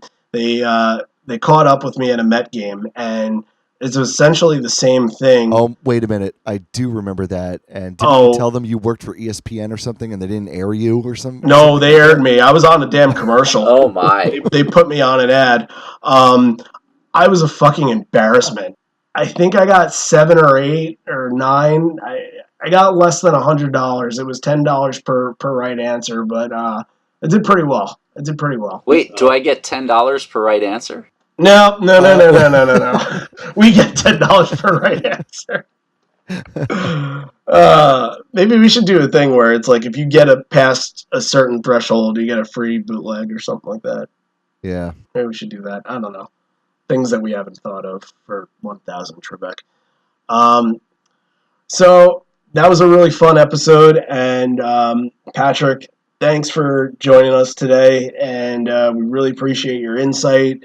And this was awesome, and let's do it again soon. I would love to, and I want to thank you guys both for doing this. It's great to be able to listen every week and pick up a show and dig into it, and I just very appreciative of the fact you guys are taking your time to do this, and I love supporting it. And hopefully we can catch shows in the near future, and I'd love to be able to catch some PJ shows and talk more about it as well. So again, thank you guys, because I know it takes a lot of time and effort to do it, so it's much appreciated. Absolutely. Thank you. We really appreciate, we can't do it without input from everybody else. So, you're right there. You were right there from the beginning and, putting us in the right direction. So, we, again, thank you for coming on, and we'll do this again real soon. Sounds great. All right. I think it's fair to say that a lot of people shared their experiences with us here, not just on Facebook, but on the porch as well. I'm kind of reading as I go along, so I'll try to get as many people's recollection as possible. But this one, a lot more than others in recent weeks, has gotten a good response, and I don't know if it's due to Facebook algorithm, but some ones on Facebook, the algorithm at certain times of night, either it gets to certain people or it doesn't, but this one apparently got to a lot of people. I also think it could be location too, and Ottawa, I think the Ottawa fans or Canadian fans were certainly happy to oblige and share some stories with us. So the first one I'm going to share is from Ian McInerney. I hope that's how I'm pronouncing it, McInerney, but it's Ian. He says this was his first show. He got free tickets from his wife's work, first level, 2 sections from the back, from the stage on Mike's side. Had been going to concerts for 30 years, yes, that old, and this one simply blew me away. Still the best concert I'd ever been to. Lucky enough to have an aisle seat where I can get up and dance. The gentleman sitting behind me had traveled from Boston. We talked often during breaks between songs. It was my first Pearl Jam experience of the camaraderie that exists between Pearl Jam fans. I wasn't sure my wife would enjoy it, but she did too. So much for that, since she's been to 3 other shows. Wash gave me goosebumps. Crazy Mary, the Zeppelin tag during Ledbetter, just an awesome show. Thank you, Ian. I'm, again, just looking at more here. I will share Trevor Baxter's story. I drove from Toronto to Ottawa. The rain came down hard as we approached the city, and because of it, I didn't reach my hotel until much later than I had planned. After a brief stop at the pre-party, we went on to the venue, picked up our tickets, and went into the show. Only caught a little bit of Sleater-Kinney's set. When Pearl Jam took stage and Stone drummed the telltale G minor penning of Wash, I knew we were in for something special. Ed was aloof all night, Mike was on fire, and Nat was pounding the shit out of the Skins. The slow build open to Rearview Mirror really fed off the energy of the crowd. The whole band was jamming their hearts out. This is a version that always stands out to me as one of the best that I've ever heard. Other highlights include Stone giving Ed's vocals a break and singing and dancing to Don't Gimme No Lip, and a killer acoustic, I Believe in Miracles. I have the poster framed and smile when I see it every morning walking down my stairs. This was a highlight show for me, and the boot still stands the test of time. Absolutely, it does. That bootleg that's a gem for sure. We are. Yeah, I feel like we've said it a few times, but I don't. I feel like we can't get the point across enough that you have to go listen to this bootleg. By the way, I don't know if we've shared this, but this podcast is really just a pyramid scheme for us to get bootlegs. Yeah, and it's working. It's working. Honestly, with all the new bootlegs that people generously donated our way for the shows that we've covered, it has been wonderful to have them in my collection. So I'm trying to find one more story. That might be it for the stories. I think I think we got two. We got two good ones. We've that's all right. We kind of had a whole episode worth of stories, so that we got the idea of paint the picture of the night, and we couldn't be there. We got somebody that was, and it was perfect. That was a very good episode. And before we we close this podcast, let's get a public service announcement for you.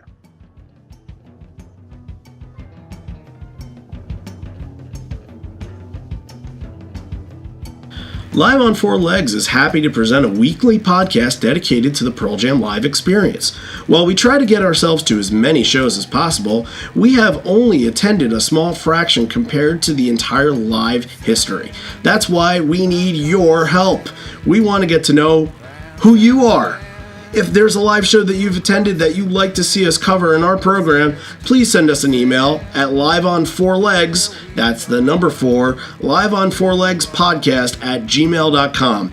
We want to know your entire live experience. Did you once miss a flight? Get lucky in the 10 Club lottery? Catch a white whale? Your stories will help us mold this into the best podcast it could possibly be. You're already getting to know who we are. Now it's time for us to know who you are.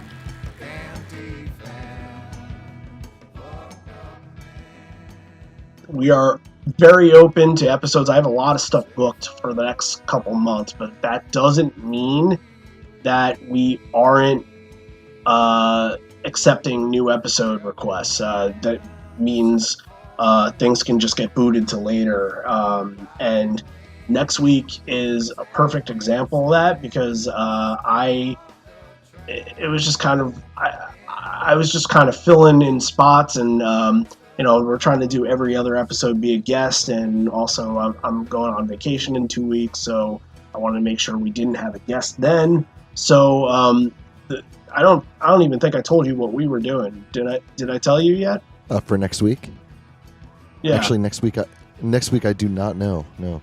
Okay, because I don't think I knew. Last week it was still up in the air. Yeah, I think that we're gonna do something from 1996. We're gonna do Barcelona, and that's penciled in as of right now. It could, by the time as we, this gets on air, we might change our minds. But I think let's stick to that. We just got to find a good boot of it and beyond our way. But again, like that's one that if there's a better story out there from you guys, if you guys have something to share, like something like Barcelona 96, we can just push back to it a couple of weeks and we can just push something new in there and get it going on. But we'll stick with Barcelona because we haven't really been outside of North America in a while, and I think it's a good idea to hit no code era. And this one is good for a bunch of reasons that I can't remember at this moment, but I do remember. Oh, you know what it's good for? Okay, this is going to be the first time that we dive into sound check. There's a lot of stuff there. I don't know why I'm not as prepared to do that one next week. I guess it's because it's early in the week that we're recording this, and I'm usually on schedule and stuff at this point, but I'm not, and that's okay. But yeah, we'll stick to it. Barcelona 1996. It's known for having an amazing sound check, and that's probably what we're going to be spending a lot of our time on is the sound check and no code error stuff. So a lot of guests coming on pretty soon. A couple repeat guests. Steve's going to come back on with us. John Farrar is going to come back on with us. We are going to have Live on Four Legs superfan Aurelian on with us in 2 weeks, I believe. And we're also going to have fellow podcaster Brad Blazek on with us in a couple weeks. So sweet. Yeah, we got a lot of stuff kind of lined up here. Dates are still kind of floating around, but some are tentative, some around. So yeah, anything else you'd like to say before we go bye-bye? No, just I want to thank Patrick again for suggesting such a fantastic show. I mean, simple as that. I don't think anybody has steered us wrong yet with their selection. No, we've gotten good selections and requests for shows, especially when that person joins us. So we got to keep this streak going because it's been a really good streak. Absolutely. And look, if you're itching to come on the show, there's there's an easy way to do it. Just go on Patreon, become a patron supporter, and support the show. And in return, come on the show, and we will have exclusive episodes for you. If not every month, every other month. We're still not talking about what to do for that, but we'll be talking about that very soon. Maybe we'll get you something mid or late February. That's a little extra, but if New Year's Eve 1992 is something that you really want to hear us cover, it's up on Patreon right now. Just shoot us over $1 or whatever is convenient to you, and that'll do it. That's all we're looking for. We're just we're looking for a little support and a little something to help us out with our funds here, and obviously we'll do some more charity stuff later in the year. And that's about all I have for now. So and sometimes like you get in this groove. We've been talking for about 4 hours now. This is a long fucking show, and sometimes I don't know when to stop talking. Like I almost don't. Maybe what? Maybe when you have to bring up the fact that you don't know when to stop talking, maybe that's the time. I'm gonna be like a toddler, where I just going like bananas for 5 hours, throwing toys and screaming every now and again and just running around, and then like the minute that you put him in bed, the minute I turn away from my mic, I might just fall asleep. All right, I think that's at our limit of words for today. Twitter has a limit of words. We should probably have a limit of words on this show too. All right, it may be the end. We're here, but not for much longer. And although we may be parting ways, I miss you already, and I miss you always. For Randy and Matt, for Live on Four Legs podcast, and for the great band named Pearl Jam, we shall see you next time. Bye.